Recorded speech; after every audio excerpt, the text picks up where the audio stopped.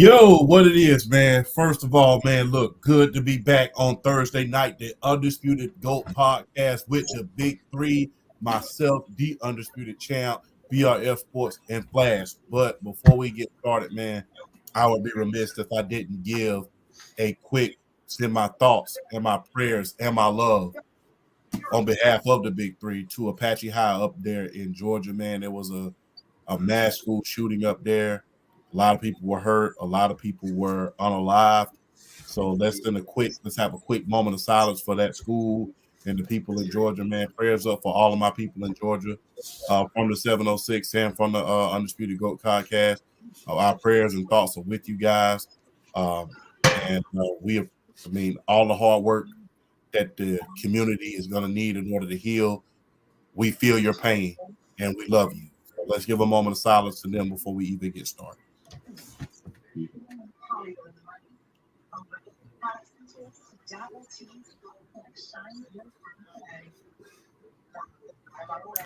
Okay. All right, guys. Look, man. On a good note, man. Look. Football season is back in full effect. No more preseason nonsense. No more speculations. No more of just, hey, what's going to happen? We know what's about to happen because it's here. It is here. It is here. It is here, man. So look, man, look. I just got to ask y'all this. Man. Oh, what's going on, Money Mac? What's going on, guys? But I got to ask y'all this, man. Look, we got a game going on between the Kansas City Chiefs and the Baltimore Ravens, man. What are y'all thoughts on the game right now, bro? Xavier Worthy is a demon. Xavier Worthy is a straight up demon. I mean, in like the limited touches he's gotten so far, he's a demon. And him falling in the draft and falling in the Andy Reid's hands is like a death sentence for a lot of the AFC with how he's going to be able to utilize him. He's basically Tyreek Hill with 4.21 speed, and that's scary to say that he's faster than Tyreek Hill. But I mean, it's a fact. He's Tyreek Hill with 4.21 speed, and that's scary. But what I've seen from the game so far that I do like Lamar Jackson is showing. I like his pocket presence that he's shown in the game so far from what I've seen. I don't like the offensive coordinator. They haven't called like that fourth down where they did not run like a single route past the first down marker. I did not like that. I hate it when they call stuff like that because 9 times out of 10 it's a screen and it's going to get stopped. I don't like it at all. Patrick Mahomes is just Patrick Mahomes. I mean, there's nothing more to say about that. He's gonna get his no matter what. I do like how both defenses are playing so far, particularly with the sacks and like they're both getting sacks, they're both getting good pressure. So I do like the defenses so far, and that's pretty much the gist of it so far from what I've seen from the opener so far. It's been a good game so far. Hey, Flash. I think I have the receipts on the show that if Caleb Williams falters in Chicago for some reason, that my dark horse rookie of the year candidate, it was Xavier Worthy. And I do think it is a scary thing to see what that kid can do with the ball. If you saw that reverse / end around, that was too easy. That's just scary. Like it wasn't. It's like he was moving in like normal motion. It's like the scene out of X-Men First Class with Quicksilver, and he's moving in really fast speeds, and everybody's kind of in slow motion. Street dreams are made of these. Yes, it's kind of scary. As a huge Tom Brady Patriots fan, I'm mad that somebody like him fell to the Chiefs because it's one of those things. It's like the rich just get richer. You're just kind of like, really? Like nobody thought like, wow. Not even the Raiders were like, you know what? I should probably pick this guy. He's like got high 4.1, low 4.2 speed. So yeah, I haven't seen much. My bad, Flash. You're good. I haven't seen much of the Ravens offense. I am just getting home from my daughter's gymnastics. So I do want to see my thoughts on what I want to see is I want to see the offense carry over from last year and Lamar expand on his pocket presence and expand on his ability to throw outside the numbers. And does he take another step up in that ability? So I do want to continue to see that. Also, interesting to see what Derrick Henry can do behind this Baltimore offense and this offensive line. So that's something I'm very curious to see. But yeah, it's going to be a great. So far, it's a great opening game. Hey man, I'm loving what I'm seeing from both teams. Man, look, man, look, and don't look like no suspension gonna happen for Rashee Rice right now. Doesn't look like it. So this is just the first game. So if this offense stays intact, it's about to get uglier than the masterpiece sneakers, man. And Hollywood Brown is out too. Yeah. So like I said, when Hollywood Brown gets back and these guys start going full throttle, it's about to get uglier than the masterpiece sneakers for a lot of teams, especially any team in the AFC. And Lamar can still run that ball, man. Look, he is still dynamic. And look, I'm waiting to see what Baltimore is going to do with Derrick Henry because we all know how 30-year-old running backs are. Once they reach the threshold, it's like, are you washed at a certain point or do you still have a couple more years left? So I'm anxious to see what he's going to be able to do with the Lamar Jackson effect going on. But thus far, this is one hell of a game. A little bit of a defensive struggle. We're able to see what the offense is capable of on each side of the ball for each team. But, hey, man, look, when the Chiefs start ripping it up, it's going to get ugly. But on another note, man, look, we don't have just tonight. It ain't just tonight about football. Football ain't just back tonight. It's back tomorrow. It's back Saturday. It's back Sunday. Then we got Monday, man. So we got 5 straight days of football, man. How exciting is that, Flash? It's football season. That's why September is the best month of the year. The summer heat starts to dial back a little bit, and everybody can open up their windows, and it's not, everyone's not basically bathing themselves in their air conditioning anymore. Not to mention, we just got straight up football, playoff baseball's on the horizon. 5 straight days of football. We got the Packers and the Eagles tomorrow night. So and then college football really starts to get ramped up on Saturday in week 2. So I am beyond excited for this. I've been a big thing with this on the new tackling rules. I want to see how it affects the game. I'm going to be an obnoxious stickler when it comes to that to see how that plays out. Yeah. But I am excited overall for football season. Hey, my thing is, before I let you go, BRF, man, some of the Philadelphia Eagles players was unexcited about going to Brazil. Bro, how can you not be excited about going to Brazil? It's Brazil, bro. I mean, how can you not be excited about going to Brazil? I mean, send me tomorrow. I'll go to your place, you know what I'm saying? If you know, you know. But BRF, go ahead. Well, Darius Slay did bring up a legit reason because he brought up like the crime rate of Brazil. Like it's not exactly the lightest. But at the same time though, like you said, champ, it's Brazil. It's Brazil. It's Brazil, bro. Brazil. Let me tell you something. Brazil is on my bucket list of places I want to visit for obvious reasons. If you know, you know. But we're not going to get into that discussion. This is public. This is for kids, so we're not going to do that. But that's beside the point. Yes, you can't. There some things you can watch on TV and you can get oversaturated with it. You get too much of it, and then you don't want to watch it anymore. Football's not one of those things. Like what? You mean like Taylor Swift?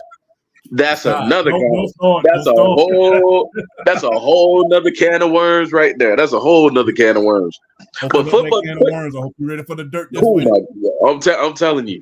But football is just not one of those things. I mean, 5 straight days of football. I guarantee you, we're gonna try to watch every single night. Like you can't. It's nothing. You exactly. Football is something you will not get tired of. And I mean, it's like this is like you know what I'm saying. So this is September, man. First month of football. This is like, you know what I'm saying. You get your itinerary in, you get your plans in, like what you gonna cook, what you gonna bring to drink, how you gonna plan the parties out. Like if you haven't been get-togethers like that, I mean, come on, man. Some of the best food you gonna get to eat is like during football season and watching football games. Come on, man. Pizza, wings, like you can't come out, like you can't go wrong with this. Like football is like very few things bring people together like a really good football game. And the fact that we getting 5 straight days of this, you can't beat it. And that's not even shortening college football, because college football we about to really get it going as far as college football. In particular, we about to see the good well, we ain't gonna see it yet, but we're gonna see I guess if you want to say the Heisman contenders, I guess you're gonna start to see them really kind of take shape a little bit. I still think about week 5, week 6 is when I really want to start talking about it. But you can't beat this time of the year. You cannot beat this time of the year. We are like kids in the candy store when it comes to the beginning of football season. We trying to get everything. We trying to watch everything. We ain't trying to miss nothing. So if you cannot get hype about this, I don't know. If you can't get hype about this, I don't know. Got to check your pulse. This is about as exciting as it gets. Yes, indeed, man. And shout out to our guy, PSP. Big salute to PSP, man. Go check him out tomorrow night at 9. The PSP podcast already at almost, I think he passed 14,000, man. Dude out there shifting it up. So I think I believe he did too. Yeah, I think he did. Yeah, man. He gonna be on ESPN before it's all said and done, man. You know, so I can't wait to see that, man. To see that meteoric rise that he's going through. Hell yes, I'm all for it, man. But speaking of football, man, look, I've been avoiding this a lot, man. I've been avoiding this because I haven't really been asking everybody about this, man. But what is up with Florida State? They just got upset twice in less than 2 damn weeks. What, in the great words from me, what the going on in Miami, bro? What's up with the BRF, man? Why is they getting upset twice in less than 2 weeks? Well, I mean, you got the wrong Florida town, boy. It ain't Miami, it's Tallahassee. It's what's going on there. But I mean, let me tell you something. Champ, you know this, us being Georgia fans and here in Florida State, whine and moan and complain. Karma finds a way to come back and get you. Karma finds a way to come back and get you. And you know what I'm saying? Okay, the Georgia Tech game, we can kind of excuse it. Overseas trip, you're in Dublin. You know what I'm saying? Conditions you might not necessarily be used to. Not Boston College, bruh. Not Boston College at home, bruh. No, you should not be doing that. And honestly, with them having 2 losses already, they basically have to go on a miracle run to even think about the college football playoff at this point, because they already got 2 losses. I mean, like they basically have to run the table the rest of the season already with 2 losses. And honestly, I don't see it. I don't see him doing it. So, I mean, I said it after the game with Georgia Tech last week. I said after the game with Georgia Tech. I don't want to hear last season's done. I don't want to hear that no more. If you can't come into this season with a fully healthy team, you're supposed to come in as one of the preeminent favorites to make the playoffs, and you lose your first 2 games. I don't want to hear nothing come out of Florida State's fans' mouth. I don't want to hear nothing coming out of their players' mouth. I don't want to hear nothing from Florida State anymore. I said it before, and this really reiterates the point that I was making. I don't want to hear Florida State. Lord, forgive me. I don't want to hear them bitch about nothing else. I just don't. Go out there and try to win the rest of your games. That's the only thing I want you to focus on at this point. Don't worry about nothing else. Go out there and try to play better and win, because Georgia Tech, I can excuse, not Boston College at home, and they did you beat them. They dog walked them. I don't want to hear nothing else from them. I just don't. Hey, comment from PSP. Hey, is FSU's quarterback the poor man's version of Desmond Ritter? No, PSP, he's the broke man's version of Desmond Ritter. Like I said, y'all heard me say on many of occasions, Desmond Ritter couldn't pass gas if you fed him beans all night long. I'm talking about refried beans fresh off the grill. So the thing is, DJ Uliungalay is worse than that. And there's a reason why he's transferred 3 separate times. You know, he went from Clemson to Oregon State, went from Oregon State to Florida State. They thought he was going to be kind of what George Travis was to Florida State did last year. And come to find out thus far, he hasn't done anything worthy of that for Florida State to be upset twice in less than 2 weeks. I mean, too bad upset because, you know, they can't stop the run and you can't get any offense going. But, you know, Flash, what says you? I mean, I'm going to play a little bit of devil's advocate here in a way that should we be this surprised that Florida State is struggling? I mean, they lost 15 starters from last year. So, I mean, 7 players on offense and I think 9 on defense and 1 in special teams. And 9 of those players went to the NFL and were drafted, including their starting quarterback. I mean, that wasn't, you know, so I'm, you know, not to mention you throw in the transfer portal. So I'm not surprised that Florida State is struggling. You know, I mean, we saw a lot of those players sit out the one game or whatever that sorry, my brain is blanking on it, but and how much they struggled. So I'm not completely that surprised, especially with Georgia Tech beating them. That's a rivalry game, and it's overseas, kind of like what BRF said. So, you know, I'm. This is going to be a little bit more of a trend, like what I said last week. Of now with the transfer portal and everything else, like these teams aren't going to be able to sustain their success. Apparently, I'm wrong when it comes to Georgia because Georgia had no problem doing what they were doing. So that was a little bit of a surprise to me. I thought that game would be a lot closer than it was, and it wasn't. But yeah, those are kind of my thoughts on Florida State. I'm not completely surprised by that. Speaking of the transfer portal, though, man, look, we all know that one coach up there in South Carolina that just damn refuses to go to the transfer portal, that just want to do things the old school way and, you know, just want to, you know, preach at the pulpit on Saturday whether to play football games. Is Dabo on the hot seat at this point, guys? Because it's looking like it. I mean, you got dog walked by, you know, by Kirby Smart and the Georgia Bulldogs. You got dog walked. I mean, it wasn't even a contest. I mean, first half, we could literally say everybody was kind of filling each other out, but came that second half, they aired it out like a ceiling fan. It was literally no competition in the second half. So I gotta ask y'all this, man. Is Dabo on the hot seat? Dabo on the hot seat, guys?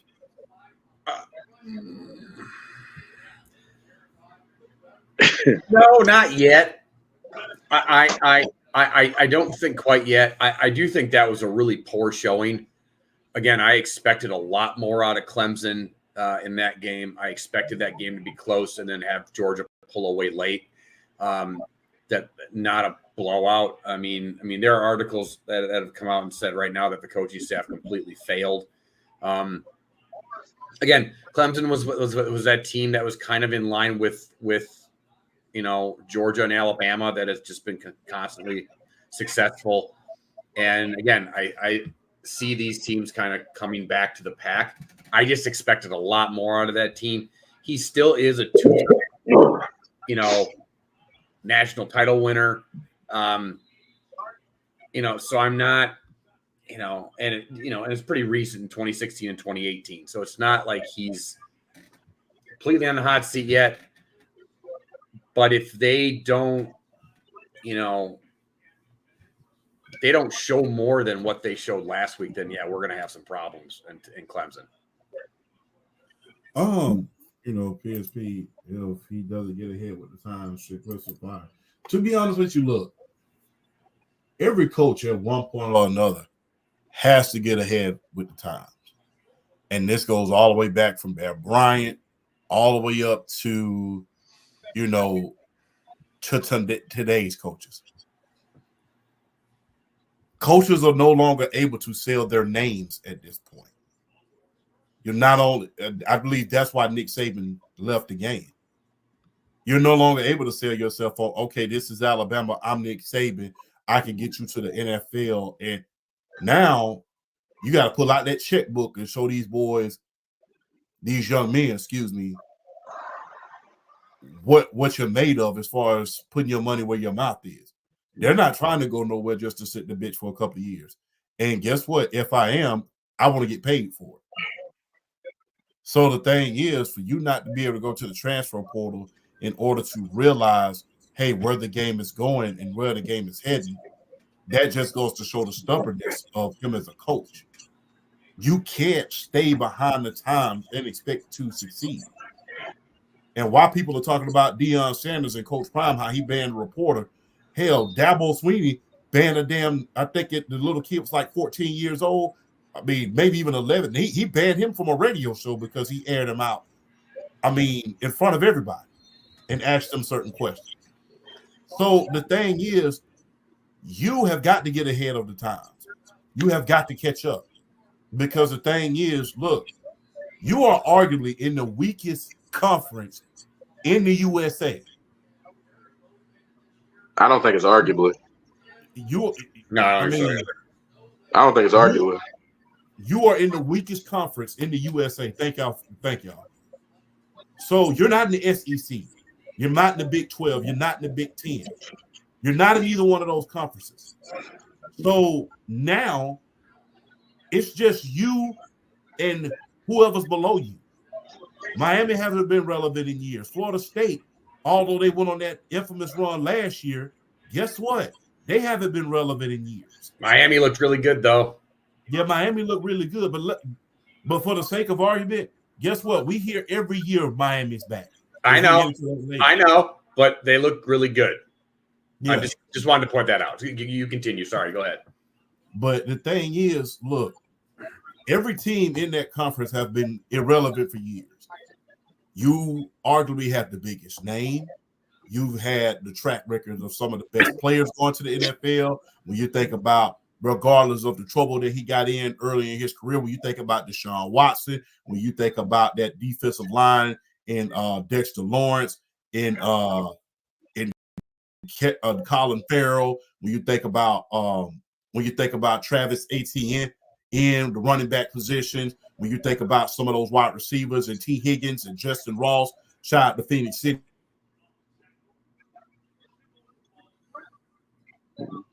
Players in the NFL based off your name alone. It's time to catch up. You can't coach like this forever and think that you're just gonna win the way it was. Hell, everybody has caught up to the game. Everybody's caught up to it. Even Coach K said, hey, I got to start. At first, he didn't do one and done. Then he started doing one and done. So now you have to catch up like these great coaches do.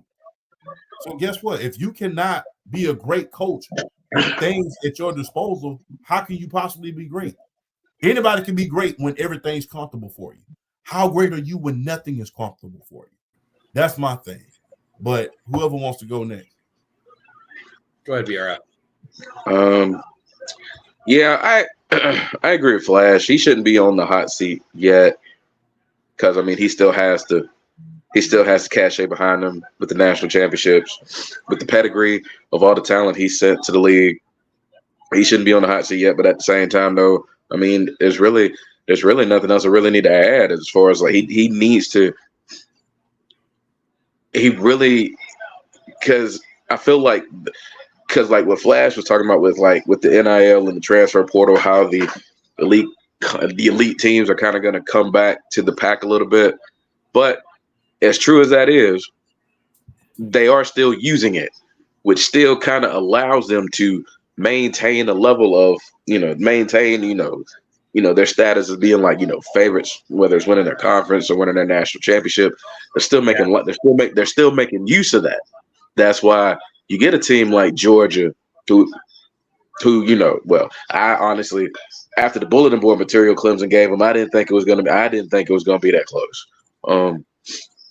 You see a team like Georgia, you see like other big time universities that are making use of the transfer portal, because I mean, it's like we've established, it's basically free agency for college. It's basically free agency for college football, and you have to be able to understand. You have to be able to aim and identify talent that could best fit your program, your schemes as far as what you're trying to do going into the season.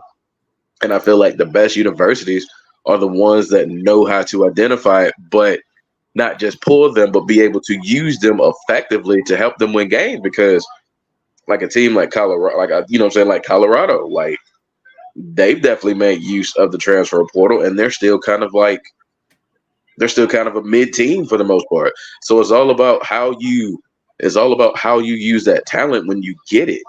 So if I'm Dabo,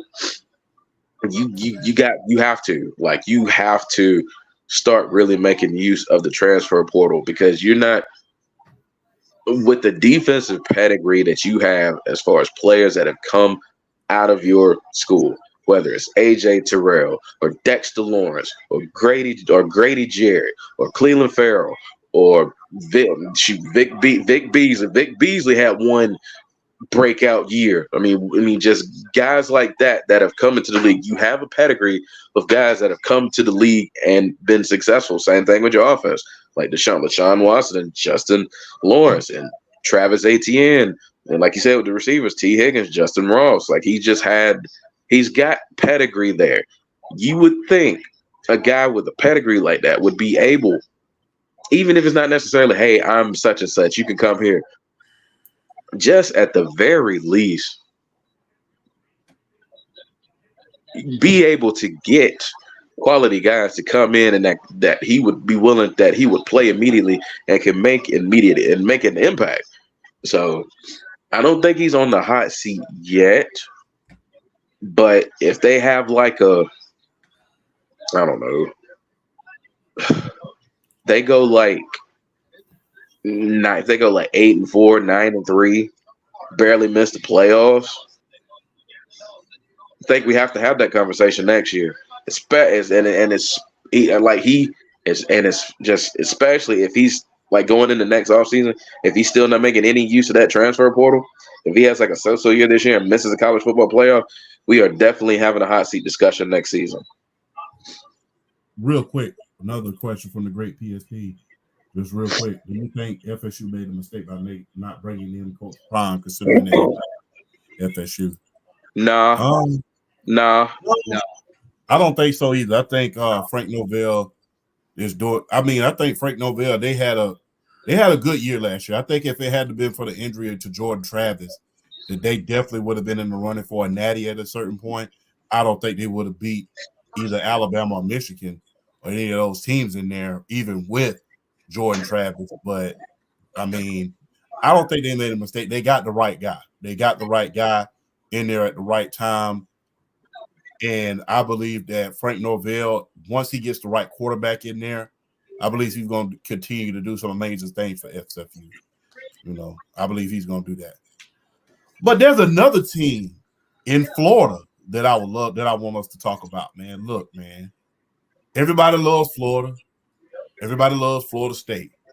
But everybody knows in the state of Florida, it's all about the U. And with that performance they put on this past Saturday, man, I got to ask y'all this, man, both of y'all, especially you, Fast, since you brought it up early. Is the U back, or is this all hype? You have the floor, Flash. All right. Let me come at this from a little bit of a different angle. What does back mean? What's the definition of that? Do you think they can make an ACC title game this year? Oh, yeah. Considering how weak the ACC is, absolutely. I don't see that as an issue at all, considering how they played, and the way that. Sorry, I'm trying to bring up stuff. The way that Cam Ward played, like, dude was unreal. Like and that's the other thing. Besides Clemson, I expected a lot more of Florida as well. But man, the way Ward played, 26 to 35 for 385, 3 touchdowns, 1 pick, looked poised, throw on the run. I absolutely do. I think they can make an ACC run. I absolutely think that right now. Now, where I could be wrong is Florida that bad? Yes. Yeah, but there were certain expectations coming into the season with Florida. Like, I didn't think everybody kind of expected them to have a bounce back year, not in the aspect of maybe they would challenge for the ACC title, but where you would see things. I did expect Florida to make that a game yesterday, and they looked, dare I say, incompetent, and not a lot of improvement over last year. So I think the U is back. I think the trajectory on the way to get it to be at the top of the ACC again, I will make that statement. I think is there, and I think it's because of Cam Ward, because Cam Ward looked unreal. BRF. They are, in regards to, they are ACC. I think they're ACC championship contender back. I can see that. I mean, it's definitely just off the fact that the conference is weak. But I mean, if Cam Moore is going to be looking like that week to week and being that consistent, what is the rest of the ACC going to do with him? What are they going to do with him if he's going to be this consistent? So I definitely think they're back from the standpoint of, I think they can get to the ACC title game. I think they can get there. I think some of that was how bad Florida looked as well. Because I mean, come on, man, and you giving up that many points in Gainesville. I don't care who you're playing against. You're giving up that many points in Gainesville. I don't care who it is. Just like, that was ineptitude of the highest degree.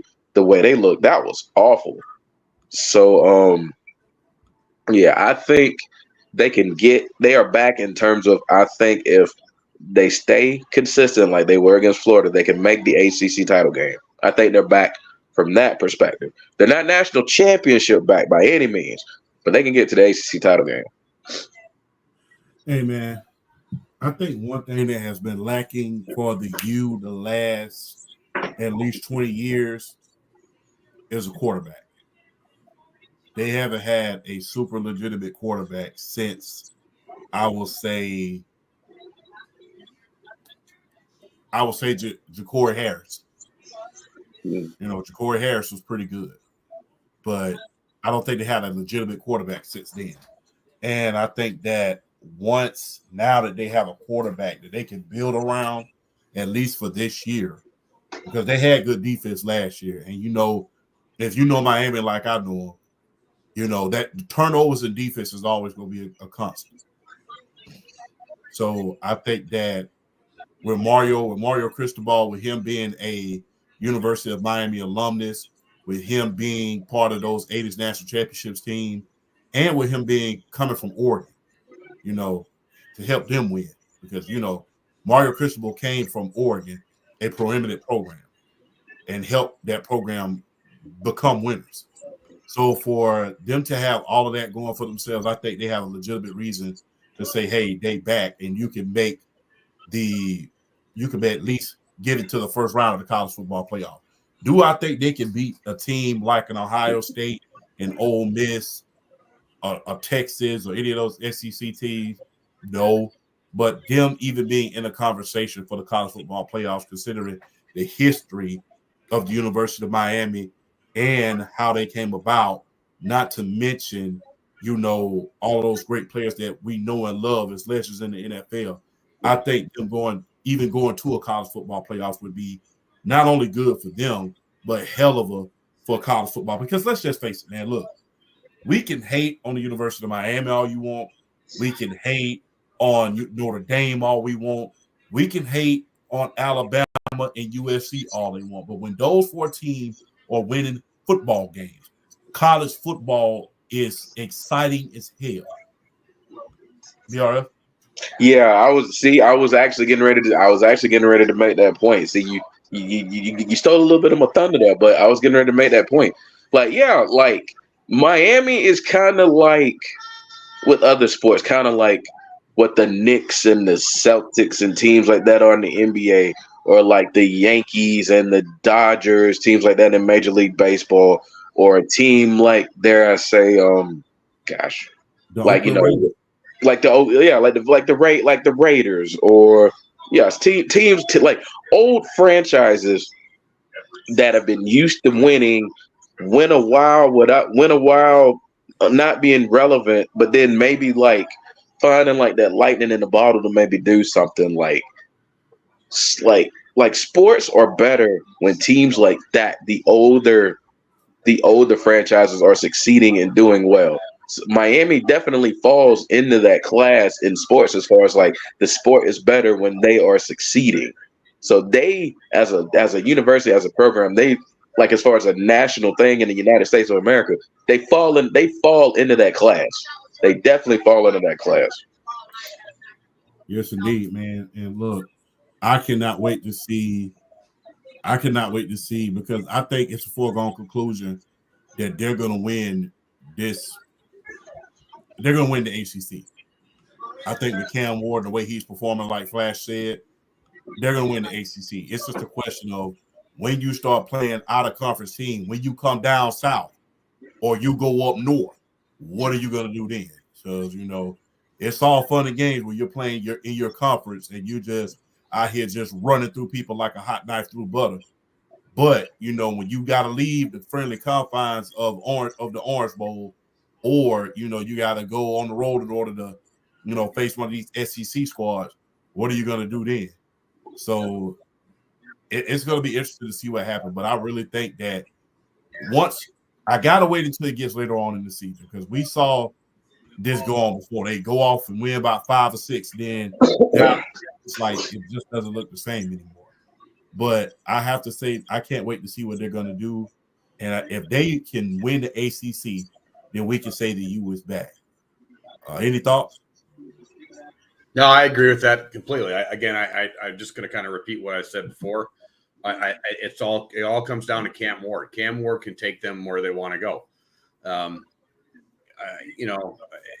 So I'm excited to see. I'm not a U fan, but I always look at it that college football is always better with the U being successful. It's kind of like Notre Dame. Like college football is better when Notre Dame is successful. It just is. It's just one of those things.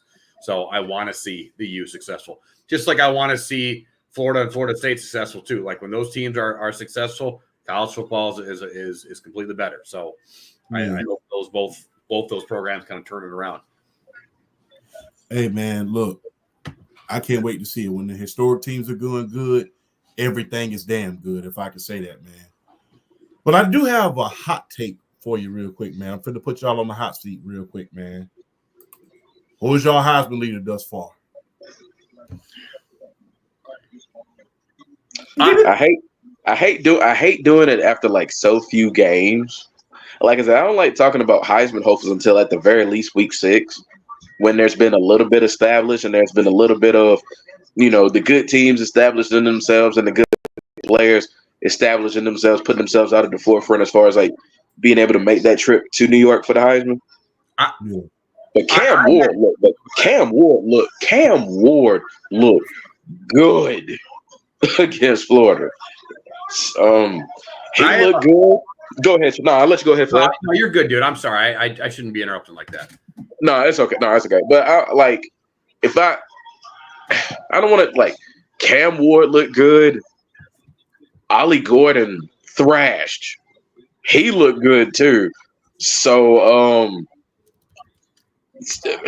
I think for me, Cam Ward and Ollie Gordon were the 2 best performances offensively, in my opinion, even though there were teams that put up video game numbers last week, and I guess in terms of like, impact, who they win against, I would probably go Cam Ward than Ollie Gordon. But I would say Heisman leader, if we're going to do it right now, it's probably Cam Ward because of the environment, going to Gainesville and putting that type of beat down on the Florida Gators. I think I would say if we're going to pick one, for me, it's probably Cam Ward. Flash. I'm going to make a very you want to talk about hot takes. I'm going to make a bold statement. I think the Heisman Trophy is Travis Hunter's to lose as long as Colorado can win enough games. I don't think it's right. It's a hot take, but it's not ridiculous. I said it before on our college football preview. I think everybody was talking about Shedeur Sanders. I'm like, that's not the guy on Colorado. Travis Hunter is the best football player on that football team, and I don't even think it's close. I agree. And I also think that kid can win the Heisman going away if Colorado can at least come close to making the playoff. They have to come close. They got to win enough games. But I do think that he might be one of the first possible Heisman winners where the team isn't really that great. Because I think that kid's going to have a Charles Woodson-esque type season. And it would be really hard, especially if they're competitive most weeks, to not give it to him. That's just my opinion. I don't know. I love Cam Ward. He's like my other guy that I thought week one, if you're really going to throw that kind of hype on somebody, he did play that good. So, we do got a long way to go. But I do think that it's Travis Hunter's to lose if Colorado is a competitive and above 500 football team. I'm going to go him and Shedeur. I'm not going to lie, man. I'm liking what I'm seeing with Shedeur Sanders. Because the thing is, people don't understand this. That offensive line is not that damn good. Oh, it's terrible. They are terrible. Dog water. And the way, I think if it wasn't, I'm just going, and I hate to say this, man. This is a hot take for me. I think if Deion wasn't the coach and people didn't just hate him, I think that people will be paying a hell of a lot more attention to Shedeur Sanders and his pocket presence. Because his pocket presence is like, it's damn good. He steps up in the pocket. He's ready to, the way he's able to read defenses, the way he's able to air that ball out, I think is good. But I think because, his father is the coach of the team, I think that people get so caught up in, Deion, Coach Prime being the coach of the team, that they don't really pay attention to how good Shedeur really is, especially in the pocket, though. But, Flash, you got something to add? I don't think it's the hate on Deion why people aren't paying attention. I mean, when we were talking about this kid last year starting for the Dallas Cowboys already, I think the kid gets the hype, and I think there's the attention. I actually think people just feel bad for the kid because his dad, dude. If I'm Shedeur and I'm still running for my life, dude, family dinners are got to be a little awkward. Like, you look across the table and be like, Dad, dude, like, you trying to get me killed? Like,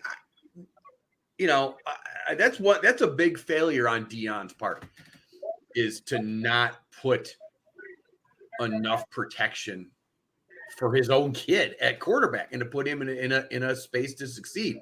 Because we're going to see exactly what we saw last year, that kid running for his life. And I pray to God he doesn't get seriously hurt. I do think it's that bad, that the offensive line is that. And I actually think, going to my earlier point with Travis Hunter, I think that's part of the reason why we're not going to see Shedeur Sanders shine as much as he could. Yeah, is because of that offensive line. So I'm feel like what he's able to do with the lack of like offensive line ability is very impressive. You're right about that. But I think he does get the hype. I mean, there's still talk about Dallas drafting him. Yeah.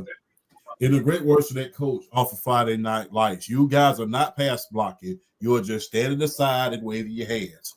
That's just how it feels like the Colorado Buffs are doing at this point on the offensive line side. But BRF, you got anything to add? No, well, like what Flash was saying, though, you got to think the stories already came out as far as like Dion and which teams he wants him to go to. And he basically gave him a list. It's every team he played for and the Philadelphia Eagles are the only team he wants Shadur Sanders to go to. I think it was every team he played for and the Philadelphia Eagles are the only team he wants him to go to. Yep. So it's like that's why everybody's like Dallas, Dallas, Dallas, Dallas, and that's why I made the point about when we did the Dallas Cowboy segment, we were talking about Dak Prescott and what did CD Lamb sign to mean for him. I said he's gone because I seriously think Jerry Jones, with his mind, is going to try to trade up and get a quarterback. And if Shadur Sanders is available, come on, bro. It just the box office, everything. It's like right there. I got a question. Shoot it. Shoot. If that happens, does Jerry Jones bring on Dion to be the head coach of the Dallas Cowboys? No, he better not. He better not. He's not. He already said he's not going to coach pros. Oh, really? Because he knows he's not ready for the pro game yet. He knows he's not ready for the pro game yet. I would hope so, but at the same time, like, dude, like, no. Jerry, if Jerry Jones was to bring Deion Sanders in as the head coach, we already think he's losing it anyway. His mind would be completely gone if he brought Deion Sanders in as the head coach. Nah, I don't think he would stoop that low for box office and tickets. We know he would, considering he wanted to draft Johnny Manziel, but nah, I don't think he would stoop that low. If he did, he need to sell the team like instantly. If he did that, I'm not going. That's too much. I'm not going. I'm just going to say it, man. That's too much of a fucking media circus, bro. And I hate to say that, man. I know we got people watching, but that's way too much of a media circus. You're not wrong. You got the most high-profile owner on that team. Then you got Deion Sanders, one of the most high-profile players and coaches in college football. Now you have Shadur Sanders on that team. That's way too much. If they don't, the thing is that would put way too much on Shadur at a certain point. It's like he won't be able to breathe. It's already Dallas. It's already Jerry Jones. Deion going to the Dallas Cowboys. I mean, that's ugly. Jackson's. That's funny business right there. That's nasty work right there. Especially if Jerry does that. If Jerry Jones does that, that just goes to show me two things. Number one, you're not committed to winning. And that's not to say that Coach Prime. I love Coach Prime. Coach Prime was my favorite player when he played, even when he left the Atlanta Falcons and went to the enemy in the 49ers. That's not to say that he's a bad coach, but to go on this level with a lot of the fanfare and stuff like that, that's bad business. And number two, that just goes to show all the fans that will write about Jerry Jones. Hey, you're just here for a show. You're not trying to win. And when you do something like that, that just shows me what it is. Like I said, that's not an indictment on Deion Sanders. Deion Sanders, I believe, is a good coach once he can get the right players where he needs to be. But the thing is, I don't think Deion is ready for that pro level as yet. No, he's not even close to ready. I don't think he is either. I'm just saying the timing is too convenient because McCarthy's probably going to be gone next year. Depending on the performance. Yeah, I mean, but the thing is, Bill Belichick already said that he's going to be coaching next year. I'm not finna look. If I'm committed to winning like I say I am, ain't no way at HE double hockey sticks that I'm finna go out and get Deion Sanders over Bill Belichick, who's a proven winner. Especially when I got a team in place right now that has building blocks in order to win. I take my would, chances with Bill Belichick because the thing yeah, is, I agree. no, I'm not going to do that. Let me tell you something. Media circus is what's making Dallas a laughing stock at this point. Granted, they might be in the playoff, but they're not as strong as they once were. And every darn year, it's getting a hell of a lot worse. I mean, last year, everybody, including myself, had them in the NFC Championship last year. This year, it's even worse because that team is not the same as it was. Now you got all the contracts. Now you have all the distractions. Okay, man, how much more of a circus that you're going to do?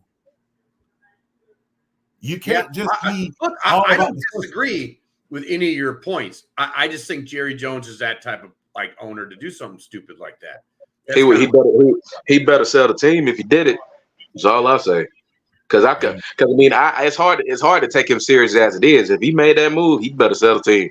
I never want to hear Jerry Jones involved in any transactions regarding the Dallas Cowboys ever again if he brought Deion Sanders in as head coach, like straight up.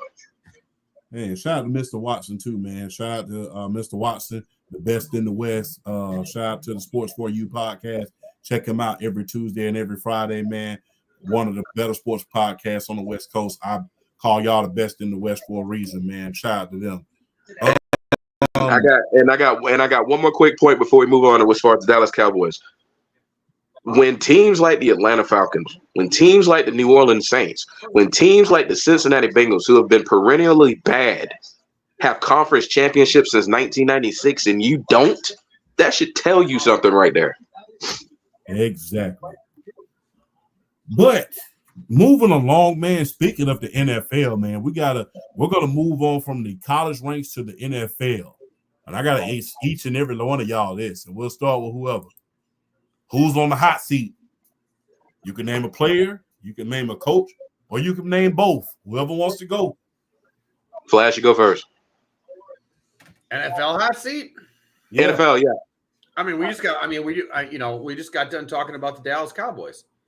That whole team is on the hot seat. Facts. On down. So, I think that's the easy answer. I think the most interesting one is, and I mentioned this in our NFL preview weeks ago, everybody's heaping the pressure on Caleb Williams. I think the Chicago offensive coaching staff is on a hot seat.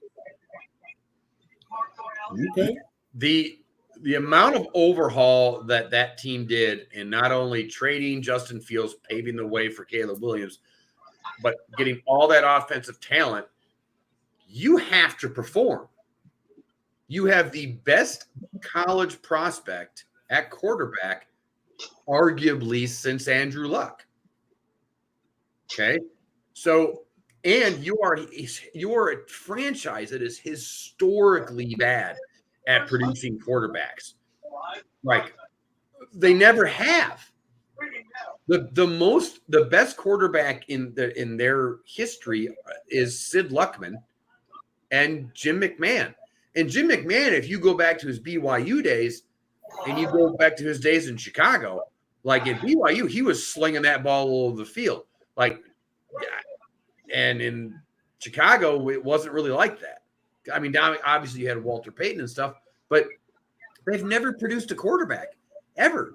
So now you have everything in place for you. You have the top prospect.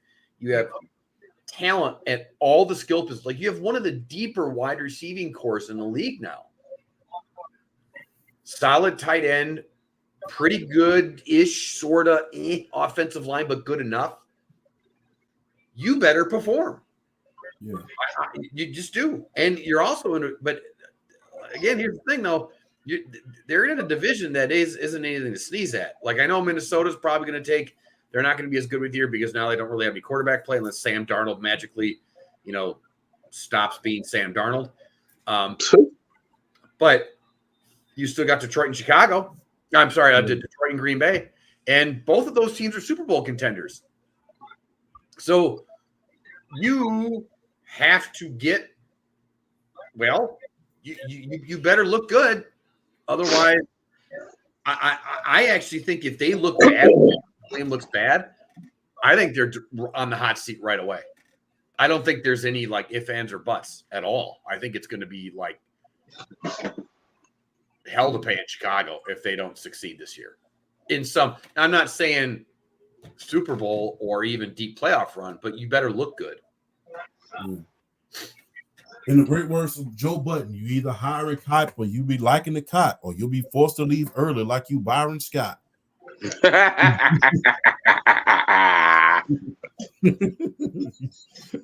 BRF. Oh man, mine might shock y'all a little bit because the coach and the player are on the same team. It's Robert Saleh and Aaron Rodgers. Ooh, good one. And the reason why I say that is because it's amazing how you've gone from being one of the worst teams in the league the past 5-6 years to all of a sudden being a Super Bowl contender when football analysts are picking you to win the AFC and go to the Super Bowl. I mean, okay, Aaron Rodgers is coming off that Achilles injury. I get that. But you have Breece Hall. You drafted Braylon Allen. I don't know how you lucked up and got him, but you drafted him. So your running back duo is like set. You have Garrett Wilson. If Mike Williams can stay healthy, he's going to be a threat. And then you have one of the 5 best defenses in the National Football League. There is no excuse for you to, at the very least, make the playoffs as a wild card, if not win the division. If the New York Jets miss the playoffs with the hype that they built for themselves, because my thing is Robert Saleh does not have the resume to build on because he hasn't had a winning season. He doesn't have the resume to build off of. So if he misses the playoffs with this roster, I would not be shocked if they fired him. And then Aaron Rodgers, you might as well retire if that's the case because you're 40. I mean, how much more you got left in the tank if you don't perform this year? So for me, it's Robert Saleh and Aaron Rodgers because of the hype that the New York Jets have kind of quietly built for themselves. They are a freaking Super Bowl contender. They've been one of the worst teams in the league the last 5 years. I'm actually – go ahead, Champ. Sorry. Well, go ahead. Go ahead, Flash.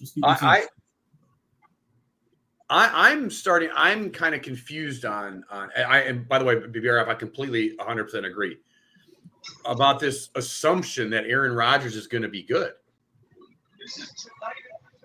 His last year in Green Bay wasn't that great. And we all saw what Jordan Love did with basically the same talent. Won a playoff game with it. Yep. And almost got to and almost beat the San Francisco 49ers with it. Yep. So and now he goes into New York Jets, and he plays 4 snaps, blows out his Achilles, and then spends the time really acting like a strung out hippie and not coming back for, not doing team activities, and saying whatever, I don't need to do that, which is kind of the problem that a lot of people had with him in Green Bay. It's the problem I had. I was ready to ship him out when he was up on a press conference in Green Bay saying, I'm the reason that people come to Green Bay. Bro, get the out of here. Go away. Once you get to that level, I want you out. I want you done. And now he's gone into New York, and he's got this attitude like he's just entitled to everything, which has been, again, the issue kind of that's been bubbling under the surface. That's been a rumor since he was in Green Bay that he's kind of a selfish prick.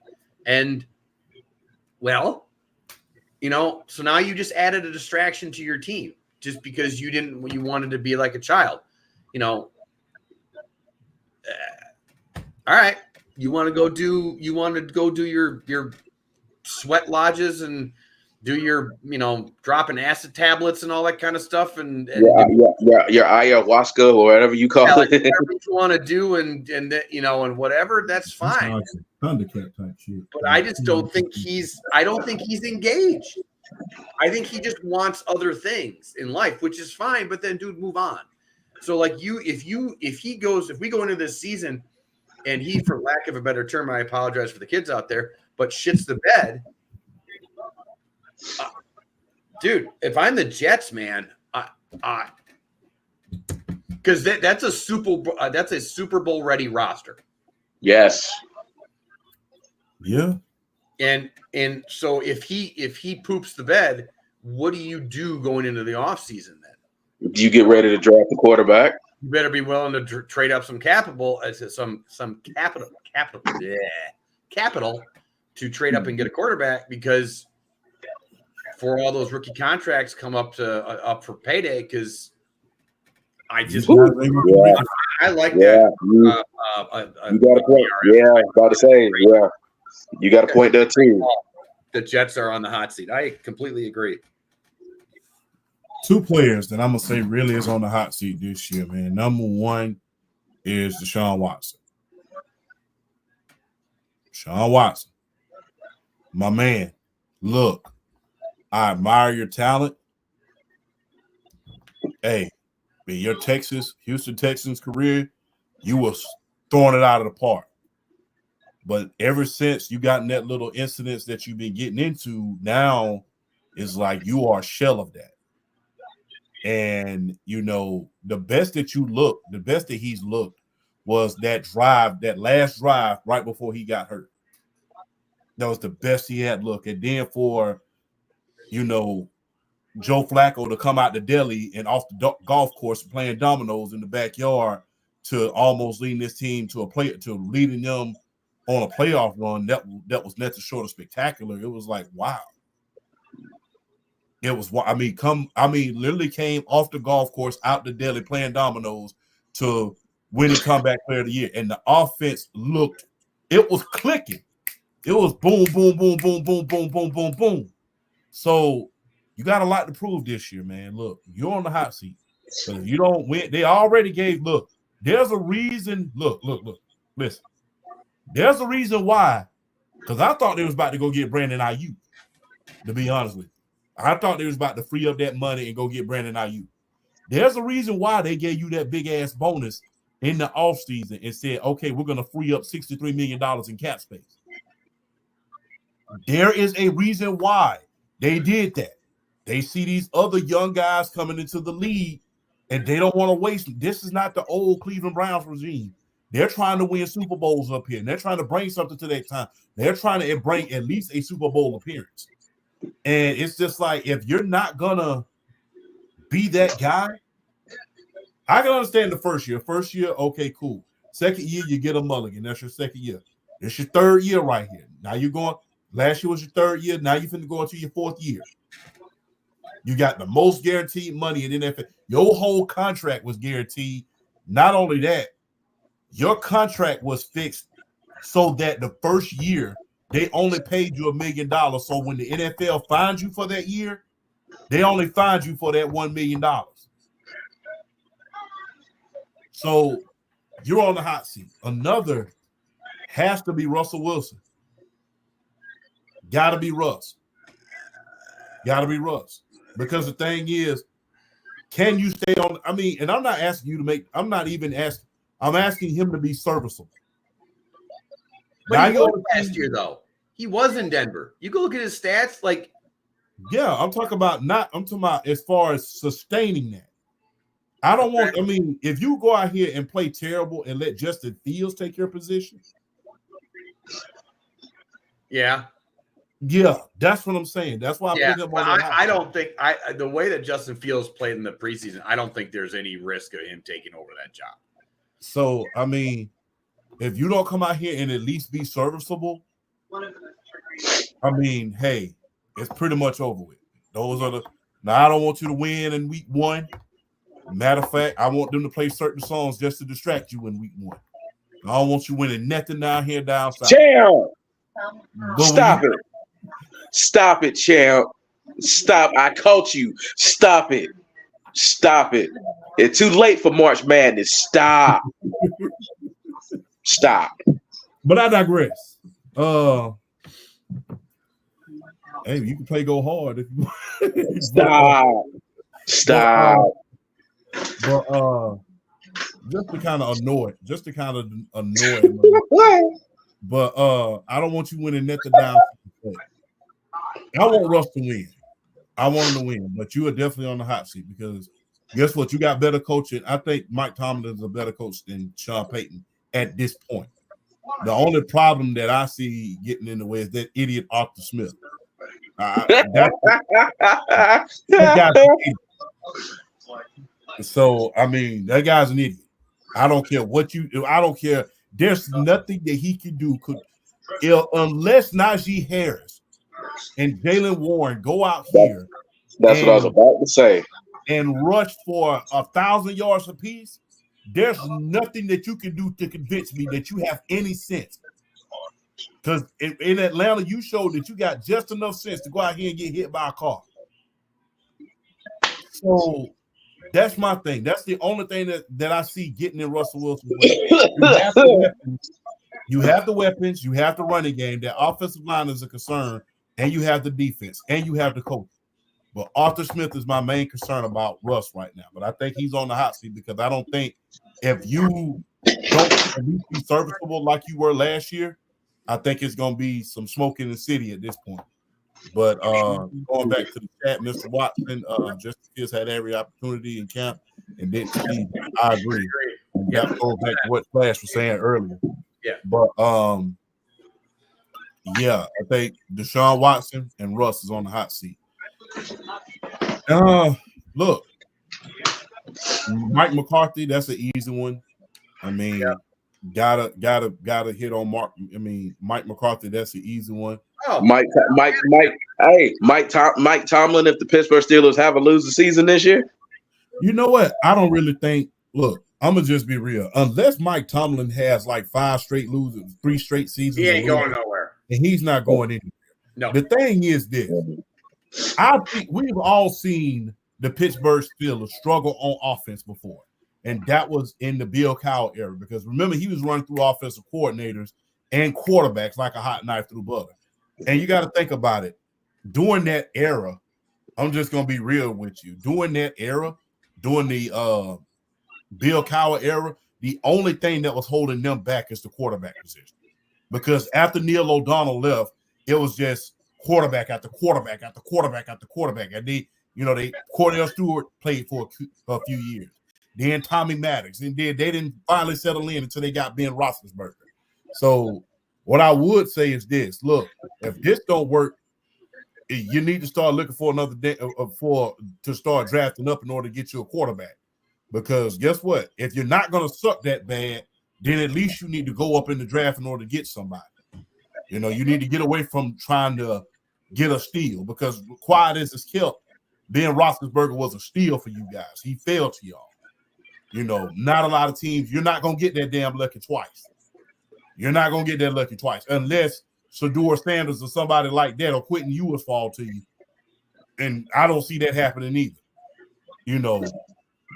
I mean, I do think I think Pittsburgh's got to draft somebody this up. I mean, they have to have. It's not like Russ is a spring chicken here. I thought maybe that now don't get me wrong. Maybe Justin Fields sitting a year behind Russell do something. But I'm sorry, but like Watson said, like he had every opportunity. It's not like he's like a rookie. Like you should look somewhat competent. And he looked terrible. So, but when it comes to Russ, like, at first I kind of disagreed with you, but the more I think about it, I don't know if he's on the hot seat, but this is another Super Bowl-ish ready roster. Almost. I think they're not as good as the Jets roster, but it's close. Yeah, like think about that defense. Think about that defense. The only thing, like I said, only thing that's lacking on that Steelers defense, that Steelers team, it's offensive line, and like I said, that idiot Arthur Smith. So I mean, if Arthur Smith can prove to me that he can at least be competent, then hey, okay. But like I said, he has a lot to prove to me because for you to mismanage that backfield that we had, because guess what, our backfield is better than Pittsburgh's. Let's just keep it all the way 100. Najee Harris is terrible. Our backfield is hell of a lot better. We got the bowling ball in the back with Tyler Azure. Then you had Bijan Robinson. Our backfield is 10 times better than that. The only thing you needed, we was lacking was a quarterback. And for you to mismanage that backfield, you are a poor excuse as a coach. Then go get mad at Dennis Allen, but you let the players ran that last touchdown. Guess what? You had all damn game to stop those guys from throwing touchdowns. You complain about one touchdown. Go kick rocks. So that's just my thing. That's what's going to hold Russell Wilson back. Any other takes that you got? Mm-hmm. No, sir. Okay, my favorite right here. This is going to be good. This is going to get down to the nitty gritty. You know what I'm saying? This is going to get down to the nitty gritty. And we're going to start with you, BRF. NFL hot takes. And BRF, you're on the hot seat.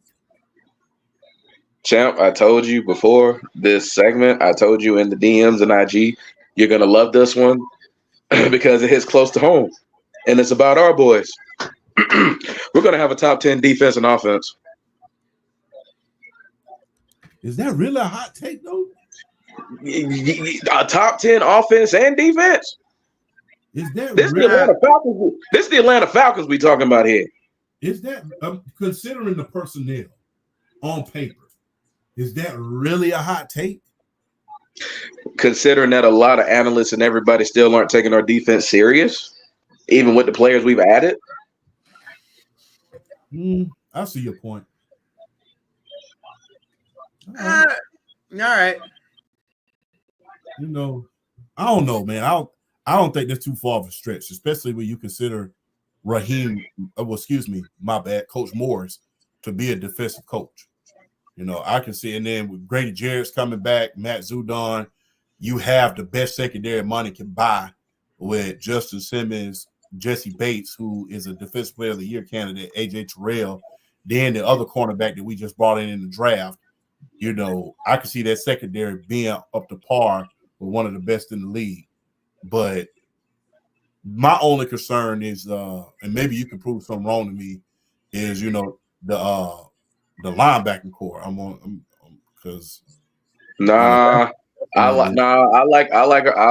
do like our linebacking core. I've liked our linebacking core because we get Troy Anderson back healthy. You saw what Nate Landman did last year. I mean, he basically stepped in and basically did the damn thing. Caden Ellis was like a godsend for us as far as rushing the passer.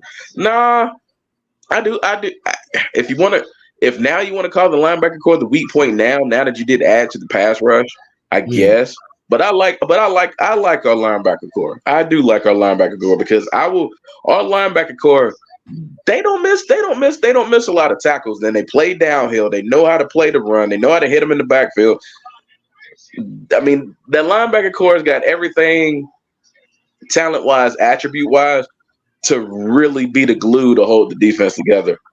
So, I like the linebacker core. The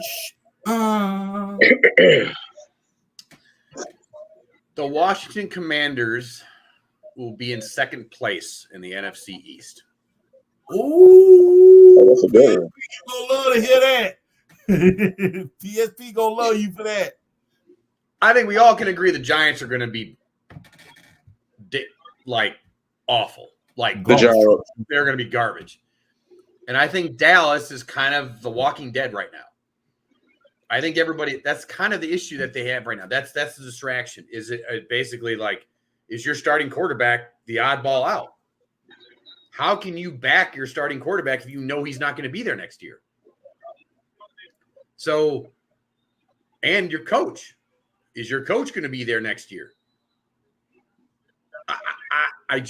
That's a lot of, this isn't like little distractions. Like, this isn't like off-field distractions. This is like your team will it even be close to the same next year from your two biggest positions in your coach, your head coach, and your quarterback?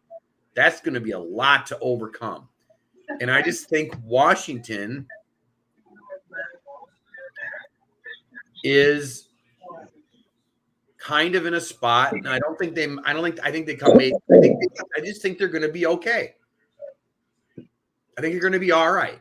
I don't think they're going to be like deep playoff run. They might not even make the playoffs, but I do think they're going to be second place in the division, though. That's my hot take. My hot take. 3 teams from the NFC West will make the playoffs. Ooh. San Francisco, the Rams, And the Cardinals. and the Cardinals. They'll make the playoffs. I think that the coaching in Arizona has gotten a lot better.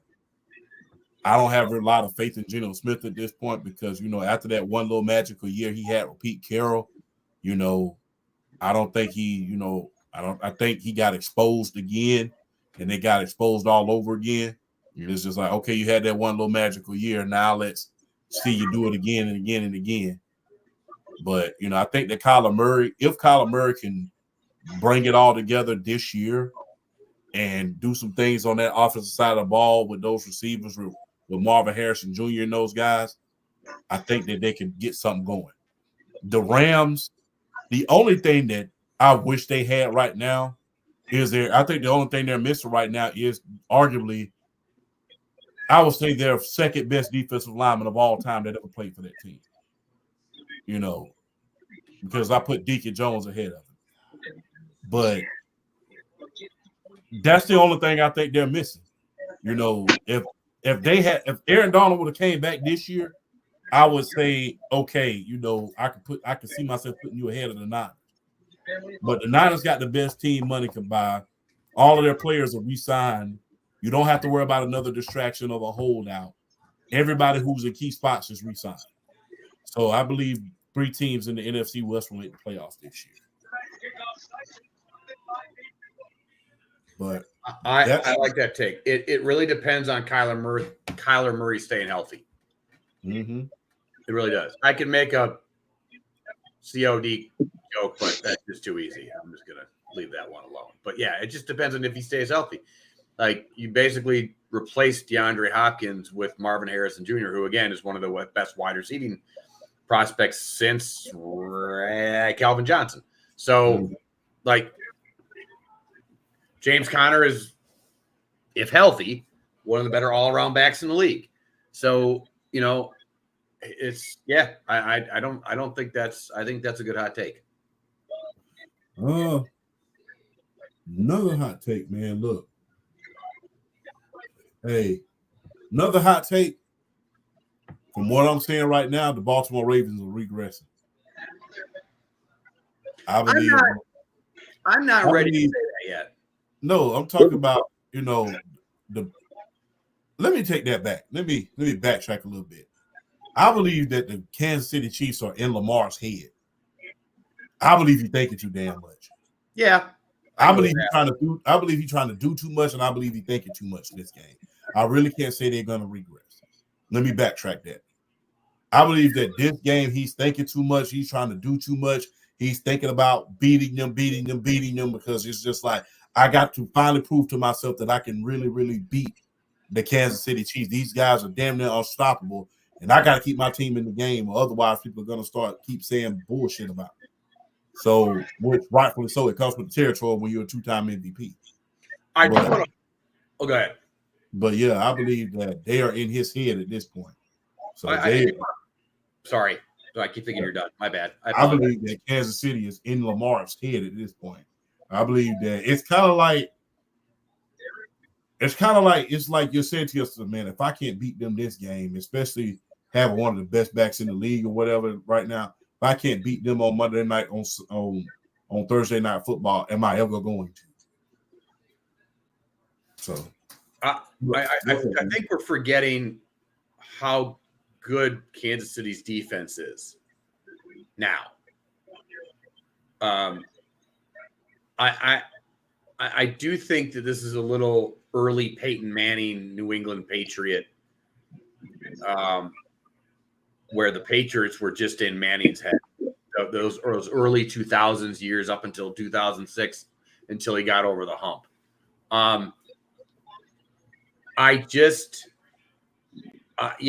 Again, I said this last year when they lost to Kansas City in the playoffs. It's like, that's cute and all, but till you can beat Mahomes. And here's the thing, though. Is he just Patrick Ewing to Mahomes, Michael Jordan? Is it just that? Or that, is he basically Karl Malone You Not know, just him, the whole damn AFC for that matter. Yeah, the whole. I mean, it's one of those things where it's one of those things where it's like when you go from somebody like Tom Brady that ran that whole conference for 20 years, and you roll right into Patrick Mahomes now, like, dude, this isn't supposed to happen. To see basically the greatest quarterback of all time, and then somebody who could challenge him for that spot immediately while he was still playing, and then go like I don't know. Yeah, because usually when you have a dynasty quarterback, when you have a dynasty dynamic quarterback like that, in a Tom Brady, usually the next generation's dynasty, yes, they're serviceable, but it's like, okay, they're not the previous regime. Like when you think about the San Francisco 49ers and how great Joe Montana was, and then you think about the Dallas Cowboys. Yeah, Troy Aikman was the centerpiece of that dynasty as a quarterback, but you're not mistaking him for damn Joe Montana by a long shot. So it's usually that's how it goes. It's like, okay, yeah, we're seeing another dynasty come out of the same conference, but it's like, okay, these guys are not as good as these guys. Well, this quarterback is not as good as that quarterback was. I keep saying it that people underestimate how hard it is to win in the NFL, and Brady and Mahomes make it look so easy. And it's just a weird thing to just watch these guys now back to back. Yeah, I don't know. I don't think that Baltimore will regress. I think they still more than likely win that division. But yeah, I don't. He's got to get one on him. He's got to get one on Mahomes. He just has to, just to get it out. I think you're right. Out of his head. I think that's a good. I think the Chiefs are in his head because I agree. There's a lot of throws during this game, but it's like, damn, Lamar, you know better than that. It's like I'm sitting here like as I'm looking at the screen talking with y'all, I'm looking at the game. It's like, damn, Lamar, come on, man. But it's like, I think he's trying to do too much at this point. But speaking of MVPs, man, too early award prediction, NFL award prediction. Whoever wants to go first. Well, let's start it. Well, let's round up. Let's do like a wrap around, like with each award. MVP. I mean, honestly, I'm going. I mean, Patrick Mahomes. I don't think it. For me, it's Patrick Mahomes. Yeah. I mean, it's one of those where it's like, oh man, come on. He's kind of like Michael Jordan. You know what I'm saying? You can't win it every year. But I mean, good God, look at the offensive weapons he's gonna have. I mean, eventually he's gonna have Rasheed Rice, Hollywood Brown, and Xavier Worthy all lining up eventually at some point. And I'm just like, and you want a hot take, and you want another hot take? I'll give you another hot take right now. Patrick Mahomes is gonna throw for 5,000 yards this year. He already did that, didn't he? He's gonna do it again. He might set the yardage. He might set the yardage record. I'll go that far. He might set the yardage record. All right. That's a better hot take. MVP Flash. The obvious answer is Patrick Mahomes. He's the best player in the league. He's the best quarterback in the league. He's the new Tom Brady. It's that yeah, Michael Jordan thing. Like, it should be his. The only two that I think can challenge him would be Jordan Love and CJ Stroud. Those are the only two possible candidates. I mean, don't get me wrong, you do have Josh Allen, but he has that whole turnover, basically all of his wide receivers. I would say Joey B, but he's coming off that injury. So we really got to see where he's at in general. But I think the top, I think it's Mahomes. I just think, especially let's say they run away with that division, they go 13-4 or whatever weird thing. I'm never going to get used to that. 13-4, 14-3 3 or whatever it would be. Like, yeah, I don't think it's. I think it's a foregone conclusion. I think he's the MVP or will be the MVP. Look, they always say you never, but look for Christian McCaffrey to have another great season, especially now that they got Trent Williams back. So look for Trent Williams. Look for Christian McCaffrey to have another great season. That's going to be my MVP pick this year. Wouldn't surprise me if he had another 1,000-yard season this year, especially in the West Coast offense that revolutionized things for backs like that. So don't be surprised at that. You know, I'm going to go with Christian McCaffrey for my 2 early MVP. DPOY, Defensive Player of the Year. You go, Flash. I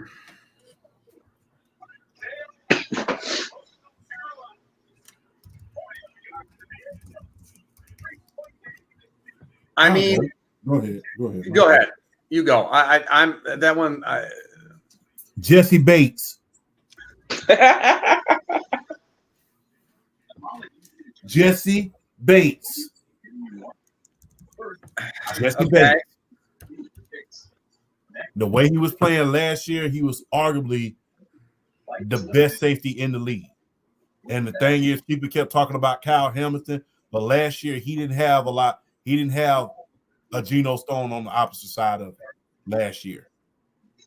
You know, and this year with Justin Simmons and, you know, AJ Terrell fully healthy and that defense the way it's going to be, I think Jesse Bates has the potential in order to be a Defensive Player of the Year candidate. Shout out to Louise, by the way.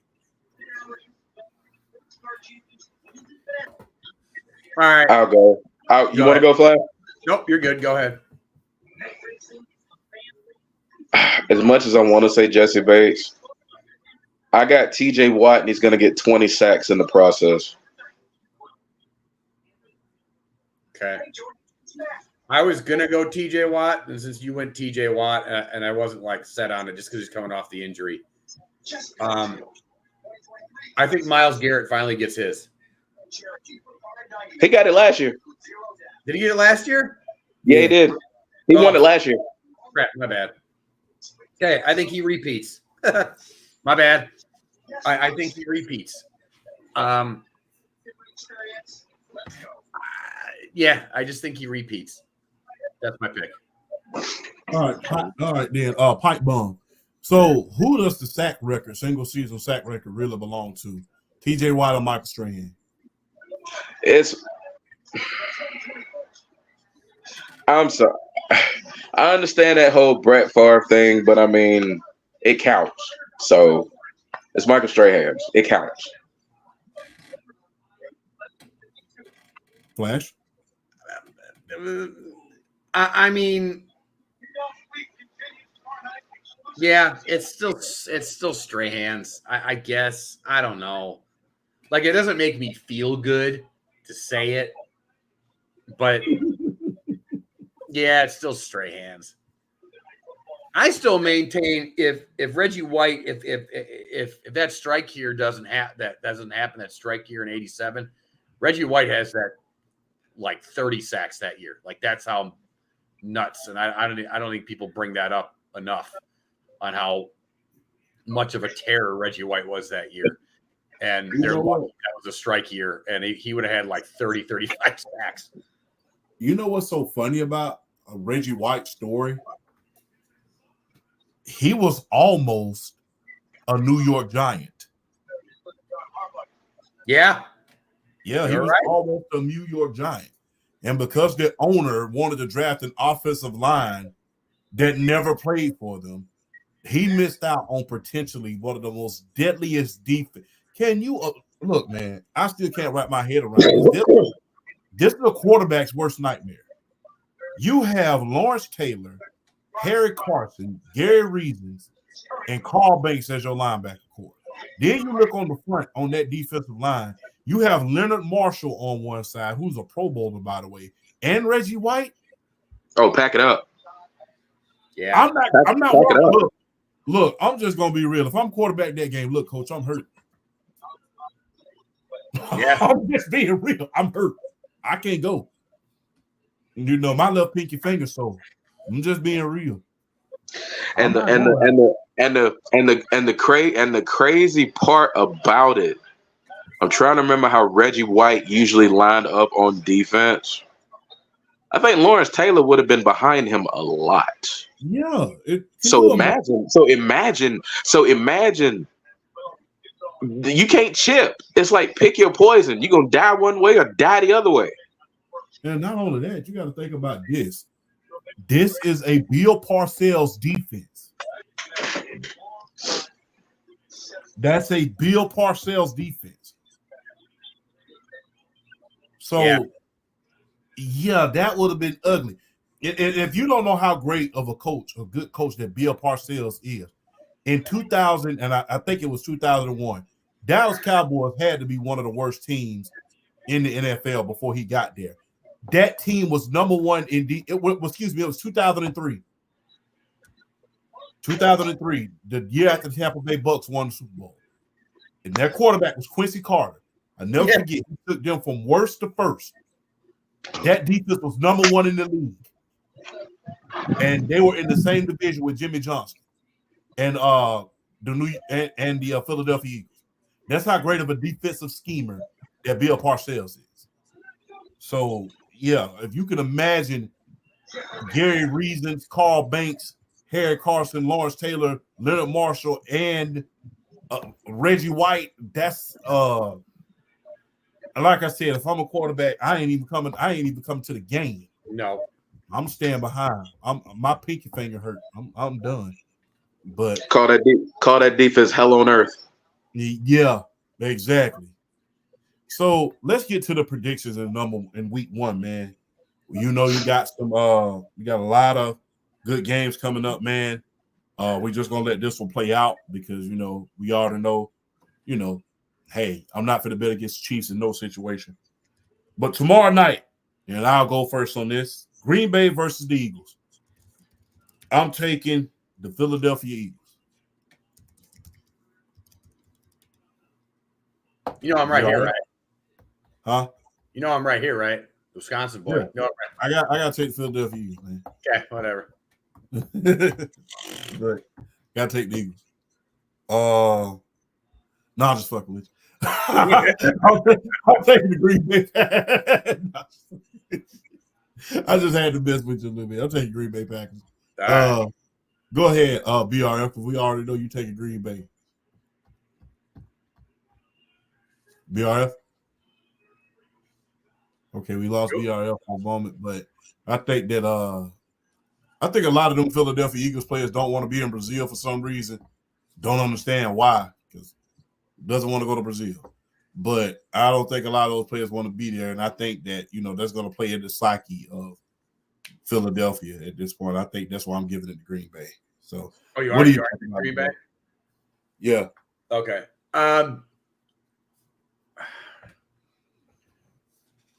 Yeah, I want to say Green Bay, but I also think that I think Philly's not. I really want to see what Philly's going to. You lost Jason Kelce. You've had the AJ Brown drama. You've had do they fix that drama? I'm going to go with Green Bay, but I think the game's going to be very close. I think it's going to be a very close game. I think it's going to be like 31-27, something like that. Another reason why I'm taking Green Bay, I don't trust Nick Sirianni. That's kind of my point. Like, have they fixed the drama? Have they fixed the issue? Nick Sirianni. BRF? Which one? You said Green Bay, Philly tomorrow? Yeah. Green Bay, Philly? Yeah. On paper, that should easily be one of the closest. Oh, there goes Xavier Worthy again.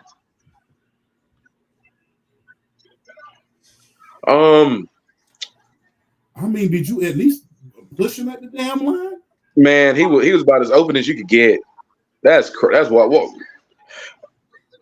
don't know. Yeah, let me watch this real quick. Oh, he touched him, and that was it. Yeah, I think he was expecting help behind him, and he didn't get it. He didn't get it. No. He was the damn quarterback. What is it? Yeah, I get that cornerback played that the way he kind of just shoved him off. And then played the flat. That's that he was expecting help. So I don't know who screwed up, but well, hey, Flash, that dark horse offensive rookie of the year pick looking pretty good first game. Drafted my leagues too. Shoot. All right.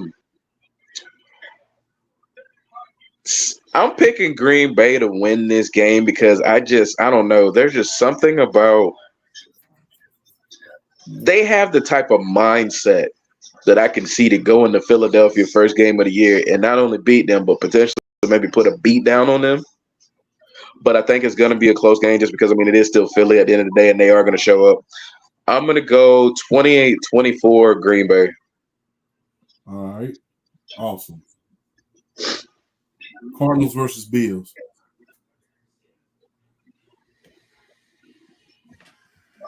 I'm going to go Buffalo.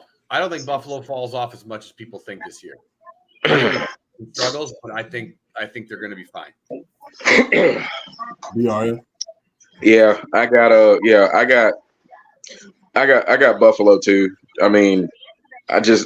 Arizona is going to come in here like I don't know.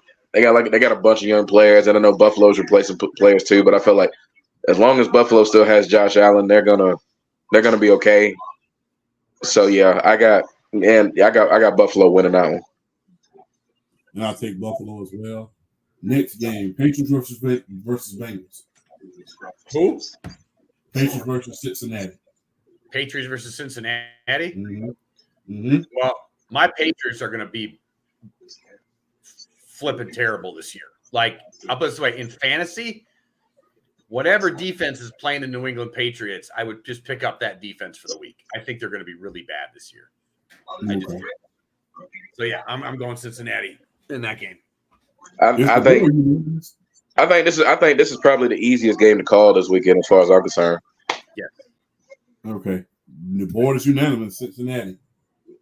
All right, we got a screw-up game. The Giants versus the Vikings. The Vikings. Minnesota. I don't think Minnesota is going to be.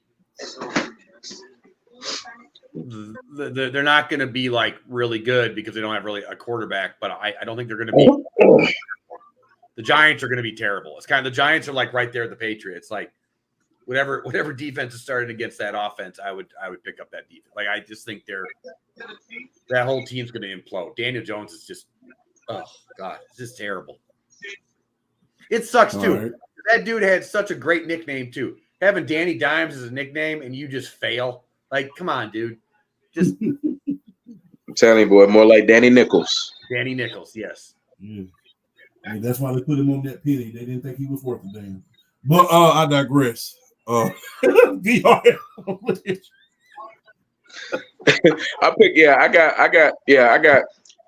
got Minnesota winning this one. I just feel like I don't know. Minnesota doesn't have that much more talent than the Giants, but I think that's going to be the difference. I got Minnesota. All right, this week gonna be a good one. The next one, real quick: Titans versus Bears. Oof. By the way, I just want to say I really like Will Levis. The mayonnaise man. Yeah. I mean, we've seen a little bit too much of him this offseason. We're not going to go there. But I do like him, and I do like that Titans team. I think they're young. I think it's very interesting. You got two very young teams. And I'm going to say Tennessee sneaks one out. 19-17. Be all right. I'm gonna go the opposite way. I'm gonna go Chicago here. I just feel like the way, in particular, the defense was playing late last year. I think it carries over, and the fact that I think the offense is going to be better. I'm gonna go Chicago here. I don't hate that. It was hard for me to pick on that one. Yeah, I mean, yeah, it's this for me. This is definitely a pick'em type game because both of the teams are like pretty close as far as like the level of talent. They're both close, but I'm gonna give a slight edge to Chicago. I got Chicago. I like your reasoning, because their defense was playing a lot better down the stretch. Oh man, their defense was so nasty late in the stretch last year. I think it carries over. You got the PSP, he put me on Montez Sweat, so I was trying to get Chase Young, but both of y'all was telling me don't be trying to get damn Chase Young, and y'all was telling me about Montez Sweat last year. Montez Sweat was the better all around defensive end, and the fact that the Falcons had them, but the Bears were just like the Bears basically just gave them a slightly better pick, and I mean it is what it is. Yep, and I'm going to take the Bears as well. All right, this one that hits home for us, BRL, the Panthers versus the Aints. I'm gonna go Saints. I'm gonna go Saints. The Saints. I mean, is Carolina really that much better from last season? I don't think they're that much better. And I mean, in the Saints, I mean, they're gonna be one of those like mid teams that are like trying to push for a playoff spot, but I think ultimately just don't get in, like that 7-10, 8-9 kind of in that area there. So yeah, I mean, and it's in New Orleans. So I mean, how do you? Yeah, I got to go Saints. Hey, yeah, I'm going to say New Orleans. I'm kind of, it's one of those games I'm completely uninterested in, really, just because I think both teams are just terrible. Only reason I kind of care is I got some fantasy players, unfortunately, in this game. But I'm going to go Saints, but I think it's going to be a really rough game to watch. Yeah, I'll take the Aints as well. Falcons versus Steelers. I'll go first. Falcons, rise up. All right, I'm gonna really analyze it. I'm not gonna be a homer. I am gonna pick the Falcons, but I'm going to pick them just because I just think the hype that they started to build late in the offseason by acquiring Matt Judon and acquiring Justin Simmons, I think this is the statement game for that defense. I think the Falcons win, and I think it's going to be a showcase game for that defense to show the NFL what to expect this season. So I got the Falcons here. I think it's in Atlanta, and I'm kind of go the angle that BRF is saying. I think this is a statement game. So this is, and it's not really with the defense, but the offense. Yeah, most definitely. Is Kirk Cousins the solution? So you guys better come out firing on all cylinders. This is a statement game, and Pittsburgh's a really good defense to go up against. But you're at home for the opener. There's going to be a lot of hype going in. Can this Atlanta team deliver? So this is it. This is a good test week one for that offense. This new looking offense.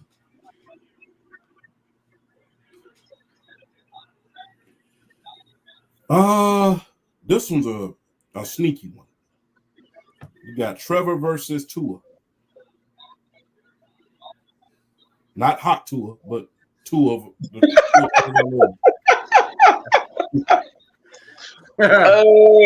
Miami is a better team on both sides of the ball. You got to go Miami. Yeah. I don't disagree with that. I think Miami is the easy pick here. It is in Miami. I do expect Jacksonville to bounce back this year, though. I'm one of the very few that is kind of on that train where I see them bouncing back a little bit last year after that free fall at the end of the year or the second half of the year. So I think it's going to be a pretty close game. In fact, I think a lot of these week one games are going to be very close just because I think there's a lot of good quality games head to head. So I'm going to go Miami, but I think it's going to be pretty close, high scoring, but pretty close football game.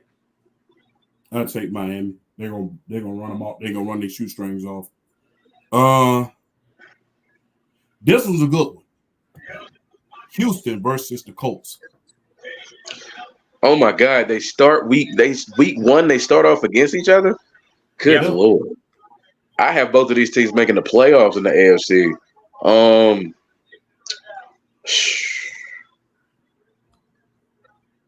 Part of me really, and it's in Indianapolis too, isn't it? Yeah, it is. Yeah. Part of me really wants to pick Indy for that reason alone, but I don't know, man.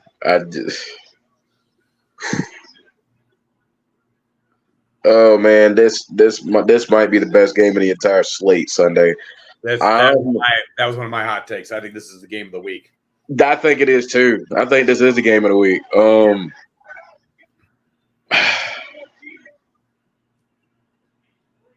I'm picking Indianapolis. I'm picking Indy. I just think. All right. I'm picking Indy. I got like the home field. I don't know. The like some of the like the especially like new additions on defense, like Leatu Latu, AD Mitchell on offense, getting Anthony Richardson back healthy. I think it's going to be high scoring though, because I'm sorry, CJ Stroud in that offense. Oh my gosh, I'm trying not to go back and forth. You know what? Nah, let me not do that. I'm gonna go to easy pick.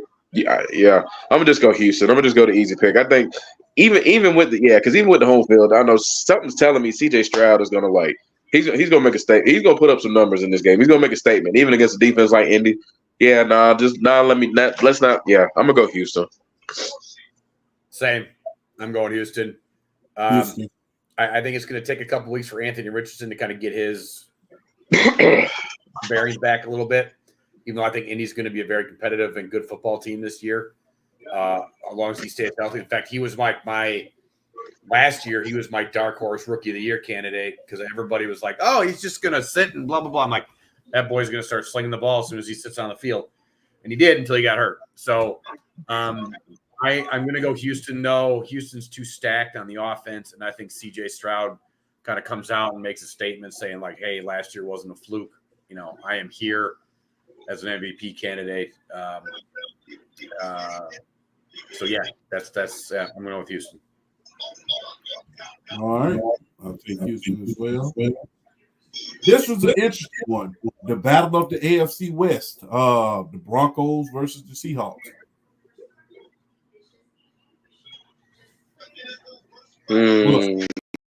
Yeah. Old AFC West. Old AFC West rivalry, even though. Yeah. I'm gonna go Seahawks.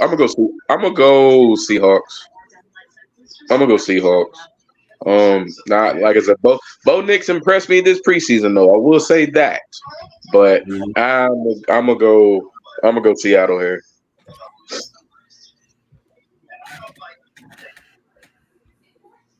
Flash.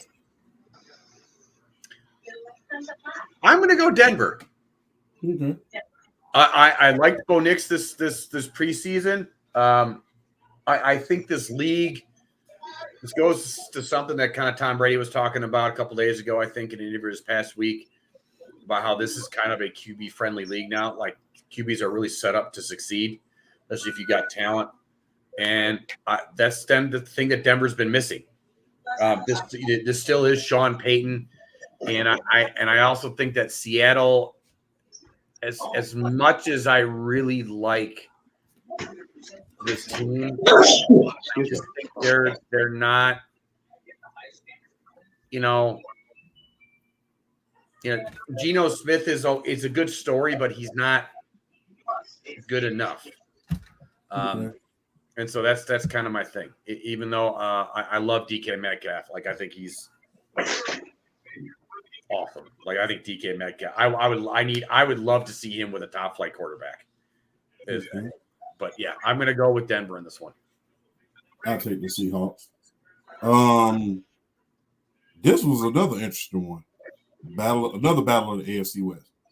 The Raiders versus the Chargers. Chargers going away. Okay. I think Harbaugh this is a Harbaugh setting the tone thing. I I do like the Raiders head coach. I do think he's going to change the culture there. I just think they just need time.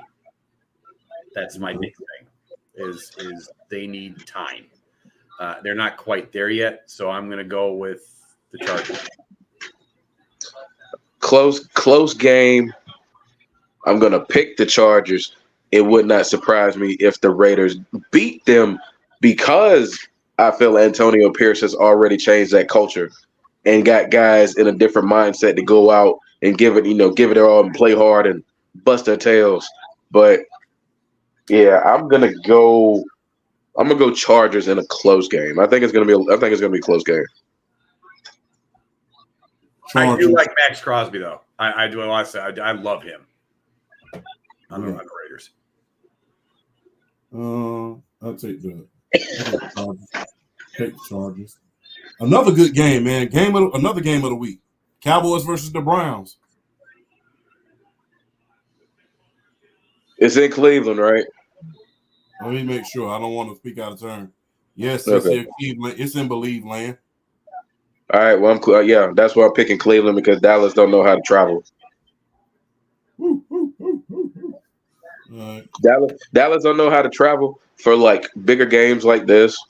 Yeah, I'm picking Cleveland. Flash. I want to say Cleveland, but I just don't trust Deshaun Watson. I just don't. Like I until I see it. So I'm going to go Dallas. I know they're dealing with a lot. Like I don't think it's going to be a pretty game, but I do think that they're going to. I do think that it's going to be. I think Dallas wins this one. I think it's going to be a very ugly game, but I think Dallas squeaks this out. Just because I don't trust Watson. Give me a reason to pick you. Okay, I'm gonna take Dallas. That one's for you, Mom. Mom's a Dallas Cowboy fan, so that one's for you, Mom. I'm gonna take Dallas. Plus, I don't trust Deshaun Watson unless it's in Magic City. But I like that. But the thing is, I like that Cleveland Browns defense and Dak Prescott is prone to turn the ball over in big time situations, and I do like Cleveland's defense. They can't force turnovers. Yeah. All right. Another good one. The Commanders versus the Bucks. What a yucks. My bad. Yeah, gotta go Tampa. I'm taking the Commanders. Just to see how great. I think that Jaden Daniels can kind of sneak up on them this year and sneak up on them on Sunday.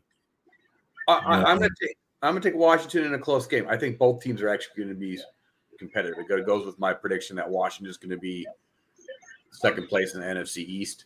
I think they squeak out a win, even though it's in Tampa. I don't know how hot it's going to be, but I do think Tampa Bay is going to be also competitive. Okay. Another hell of a lot of good games this week. The Rams versus the Detroit Lions. Ooh. Detroit only because the game's in Detroit. I feel like if it was in Los Angeles, I'd pick the Rams, but it's in Detroit, so I'm picking the Lions. Flash.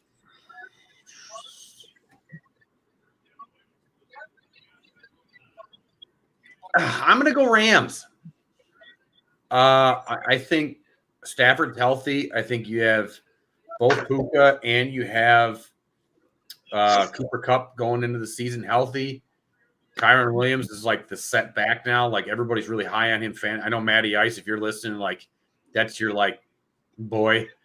But everybody's kind of set on him. I think this offense, that LA offense, is going to come out and kind of show on Sunday, and that's going to be. I think the Rams get one in Detroit. I'm taking Detroit. Jahmyr Gibbs has 100 yards this game. And last but definitely not least, the Jets versus them 49ers. 49ers smoke them. Yeah, I think the 49ers run them out the building. 49ers smoke them like a train. So, hey, but before we leave today, man, look, I would be remiss if I did not bring this up, man. I know we talk about football and football is back, 5 days of football, but you know, on this show, we cover every damn thing. I'm just gonna be real. We cover everything. Hey, if golf was big, you know, when the U.S. Open come back around, we're gonna cover that too. But I have to ask y'all this, man. Look, Indiana Fever, they have clinched the playoff spot. They've clinched the playoff spot now. They are 2 games behind the Seattle Storm. And if I'm not mistaken, the Storm just lost tonight. Let me do a double check. They just lost tonight. They literally just lost tonight. I think the Seattle Storm lost tonight. Yes, they just lost to the New York Liberty tonight, 77-70.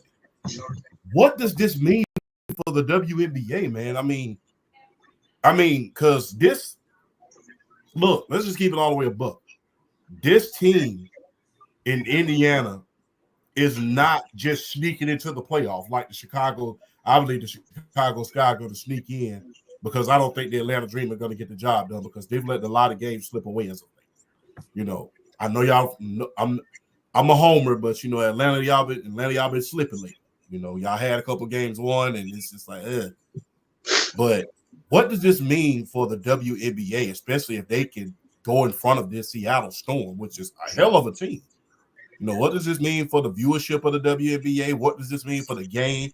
I mean, and if they go ahead of the Seattle Storm, I mean, they're more than likely going to end up playing the Aces in the first round. You got 2 of the top MVP candidates playing each other in the first round of playoffs, man. What does this mean for the WNBA? And how do they need to capitalize? We'll start with you, Flash. Well, I know Asia. Everybody's saying that Asia Wilson has this MVP trophy wrapped up, and I am almost there. But we got those back-to-back games that we talked about last week, and if Indiana keeps on this roll, and if Indiana for some odd reason can beat them back-to-back, and either get to their level, I mean, they're 3 games behind Las Vegas right now. Man, what this means, you have your look. I'm just going to be. I'm just saying, Angel Reese is Angel Reese, and that's great. But the whole reason that a ton of people are tuning into this league right now is because of Caitlin Clark. Let's just be upfront and honest about it. Not saying that those other girls haven't factored into it, and this rookie class, the rest of them haven't contributed to that at all, or that rivalry between Angel Reese and Caitlin Clark. But this goes to what I've been saying before, is that Caitlin Clark's ceiling is so much higher than Angel Reese, and the way she affects the game, she's a far and away a better player. She's more seasoned, more talented, and the effect that she's had on that franchise and the whole league is like it's so insane. So to be able to possibly in the first round be able to possibly see the present best player in the league and the girl that's going to take that spot away from her at some point, first round one-on-one, that's huge. And I better see some damn marketing. I better see that shit plastered all over ESPN, TikTok, everywhere. You better be, if it's the 4 and the 5 seed, however it lands, and it's Indiana versus the Aces, dude, I better see it everywhere. I that should be in prime time. I want ABC, ESPN. Again, bring the TBS crew or the TNT crew back and have them do a night like that. Like that, you should be marketing that huge. The whole playoffs, you should be marketing it. So I hope I see something. I think this is awesome. I think the fact that Caitlin Clark is actually succeeding. Again, this kind of goes to my point of like, it's not good for the WNBA if she doesn't succeed. The fact that she's turning into what she was supposed to turn into is only great for the league. So I'm excited to see this. Yeah, I'm right. I'm actually. Yeah, I pretty much agree with him across the board. The WNBA as a marketing, you know what I'm saying, as far as their marketing, they have to take advantage of this now. And especially if we do get Las Vegas and Indiana in the first round, you have to take advantage of this. Cool. You have to take advantage of this. Like I am still on that boat that the WNBA most valuable players over. I think it's over. And at this point, if you look at recency, I don't think it matters with these two games anymore. I really don't. And the reason why I say that is you look at A'ja Wilson's last 5 games. Vegas is 4-1, and she's averaging like 32-17 with 2 assists, 2 steals, and 3 blocks. Yeah, she's been unreal. I don't want to say that I'm not trying to take away anything that she's doing. She's made a statement the last 4 games.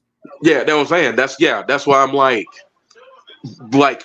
a couple weeks ago, you know what I'm saying? I could see it, but with how she's playing and how Vegas is starting to get hot at the right time, I think it takes a little sizzle from the idea of maybe Caitlin Clark making the MVP of conversation with these 2 games, because now I feel like even if Indiana wins these 2 games and Caitlin Clark does her thing, if A'ja Wilson is still doing A'ja Wilson stuff, then it's not gonna matter. So that's why I'm still kind of on that train. Like the MVP award is still A'ja Wilson's all day. But I will say this though. I feel like A'ja Wilson is probably going to be the best player in the league until maybe she retires. But I think Caitlin Clark is going to be like, I think she's becoming that, you know, she's gonna be that one that ultimately has that torch passed off to her. I think we can honestly say that now because it's just the way she's growing. It's the way that team's growing together, the way she's growing into her role. Just everything is like everything's clicking for them now. And we talk about I made a little observation like to myself. Like I was looking at some stuff as far as like Indiana and Chicago. And the way Indiana's team was constructed, they needed a good point guard to get them over the hump because they had everything there in place already. You got Kelsey Mitchell, who's a beast 2 guard. Aaliyah Boston, who's an amazing big, can score in the post. You just needed somebody like a Caitlin Clark who could come in and just facilitate everything, and not only facilitate everything, but become the monster that she's starting to become. And with with the Chicago Sky, I saw a TikTok where someone was talking about they need to run the offense through Angel Reese. And the reason why I didn't make a video, but the reason why I disagreed with that is because Angel Reese isn't enough of a playmaker to run the offense through. Not even close. No, like she's not. Yeah. She is not an offensively skilled woman. No, like you look at the great bigs of the NBA that had the offense ran through them, the Shaqs, the Hakeems, the Kareems. You look at the great centers, they could do everything. It wasn't just their ability to score. They were good passers, and they could find the open man, and they could kick out, and they could rely on their outside guys to make shots. Angel Reese ain't there yet to run the offense through yet. She's not there yet. She needs time to work on that. Now, and it's not just that. Well, with her, even though she's taking more offensive, she's taking more jump shots. She needs to do that more too. She needs to do that more too down the line to get pressure off of her in the post instead of just everybody crowding the post, almost treating her like a Giannis in a way, crowding the post, make it daring her to shoot. But this for the WNBA, they are like they're licking their chops. I hope they're licking their chops marketing wise with Indiana making the playoff. If they get Indiana in Vegas in that first round matchup, they better ride it till the wheels fall off.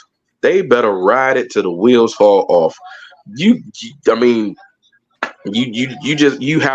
to sell the A'ja Wilson, Caitlin Clark matchup as a matchup that could really dominate the league these next 2, 3, 4, potential 5, 6 years, depending on how long Agent Wilson's going to play. How old is she, by the way? She's still young. I don't think she's 30 yet. I think she's like 27, 28. She's 27, so she's still young. Okay. She's 20. Like she graduated from South Carolina 2018, so she's still young.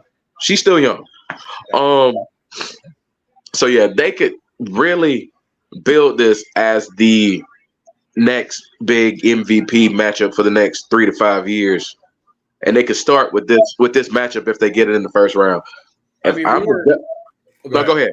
No, you go ahead. I know we were talking at the beginning of the year, that why isn't the WNBA doing a marketing with Angel Reese and Caitlin Clark? I think the marketing scheme for the Magic Johnson, Larry Bird type thing.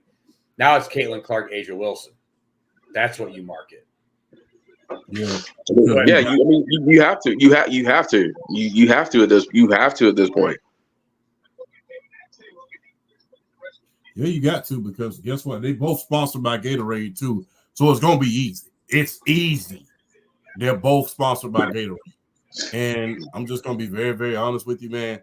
If they get that matchup in the first round, that even during football season, that's box office. Yeah. Even during football season, if they market it right, that's box office.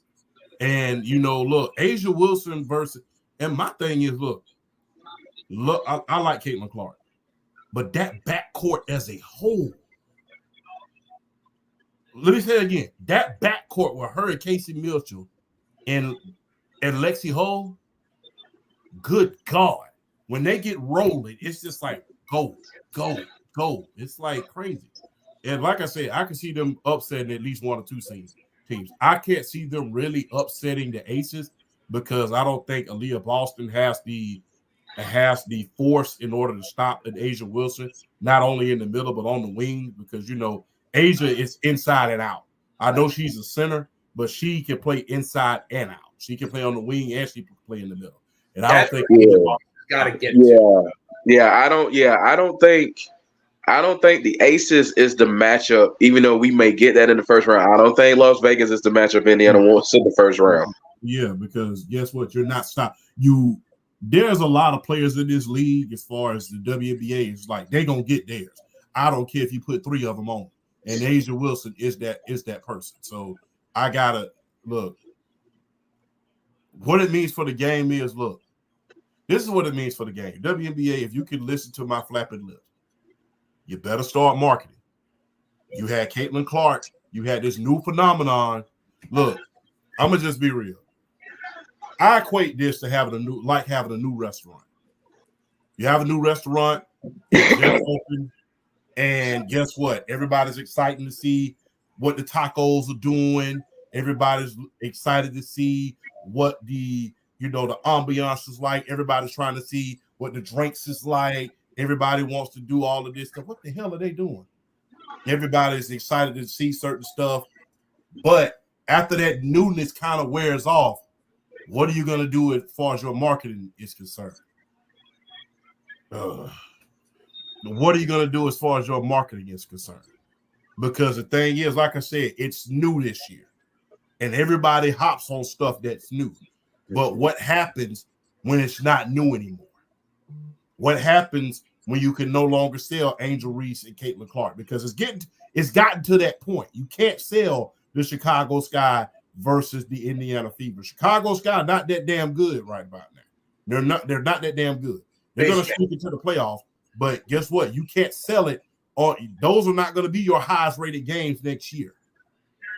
So now you're going to have to, you got to dig into that bag now.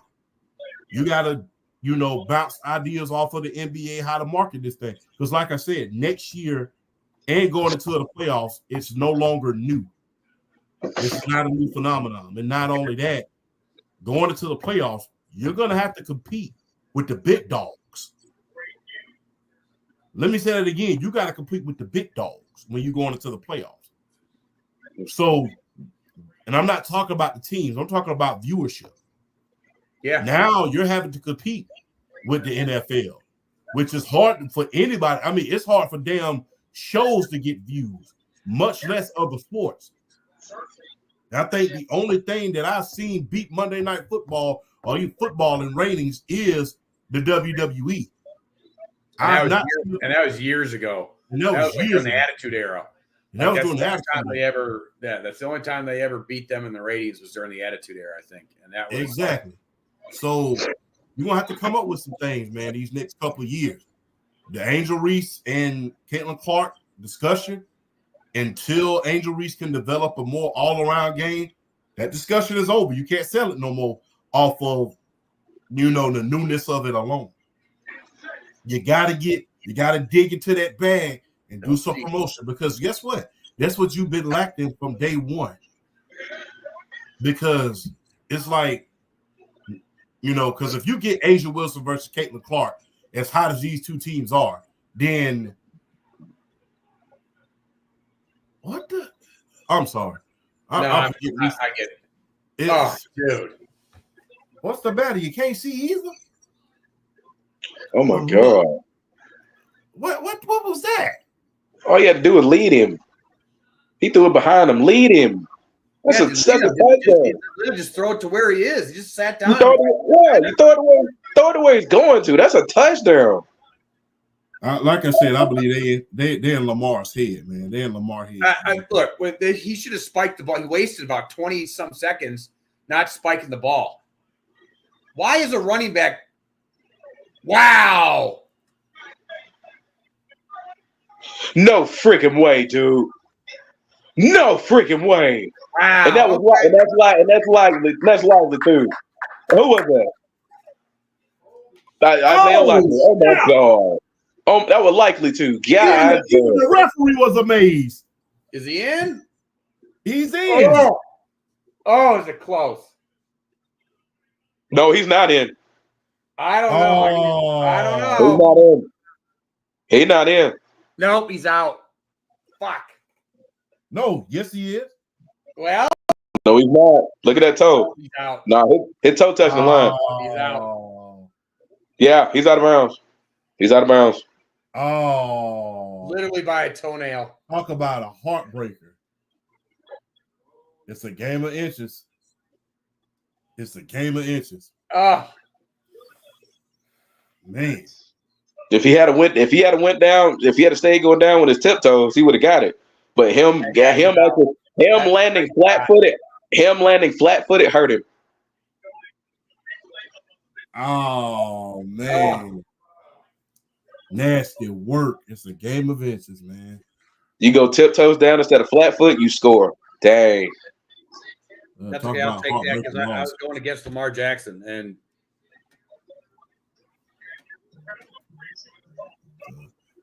but I mean, hey, what a heartbreaking loss for the Baltimore Ravens, man. What a heartbreaking loss for the Baltimore Ravens. But hey, look, man. Hey, as the broadcast ends, so do we, man. The broadcast ends. That timing is like perfect.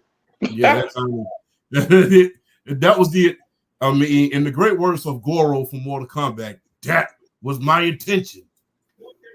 I just want to say, great opening game, by the way, for the NFL. Like, couldn't have gone much better than that. From what I could see, they didn't call the hip drop tackle. I'd have to go back and really watch the game, but I saw a couple that weren't called. So, like, that's, to me, in my mind, that's a success. If not for a toenail, essentially, Lamar Jackson ties this ball game up. I still don't think they win because I think Mahomes just takes it in overtime. But great game to open the year. I hope it's basically what we see from the whole year. AFC Championship game rematch, and it was better than the AFC Championship game. Yep. Mm-hmm.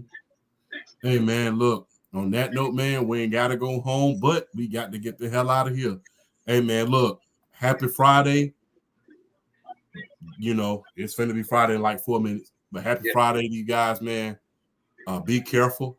Columbus, Georgia, we had a good night tonight. Let's continue that. Again, our hearts, thoughts, and prayers go out to Apache High in the state of Georgia. Our thoughts and prayers are with that school and with that community. We I got a love you. couple of I got a couple of other I got a couple of things I want to get out there as well. Yeah. Champ, you know this. Being from Georgia, we know how we rep our hip hop down here. Thoughts and prayers to the family of Rich Homie Quan. Yes. He passed away today. If you don't know Rich Homie Quan, you need to get to know Rich Homie Quan. You need to look up his library. You need to look up his catalog. He's got some of the biggest hits of the last decade. Y'all need to look him up. Homeboy was on it. He was only 34 years old. So thoughts and prayers to his family. And I wanted to bring this news briefing, but the 14-year-old, the Appalachia High shooter, the 14-year-old, his dad got charged. His dad got charged because apparently he bought the AR-15 that was used in the shooting. He bought it for him.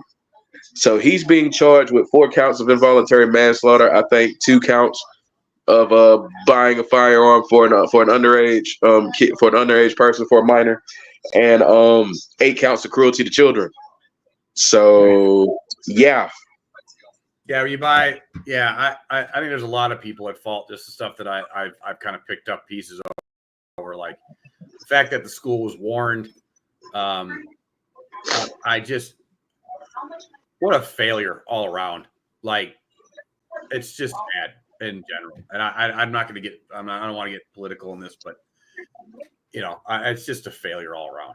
But yeah, so I feel like schools are supposed to be the safe havens of the world for our kids, and the fact that schools are becoming some of the most dangerous places to be in, that's a failure of this country that we should really be ashamed of, and it's something that they need to be trying to fix ASAP. Yes. Hey, you know me, I don't like getting political, but I'm gonna just be real. In the great words of someone famous, think it was Young MC.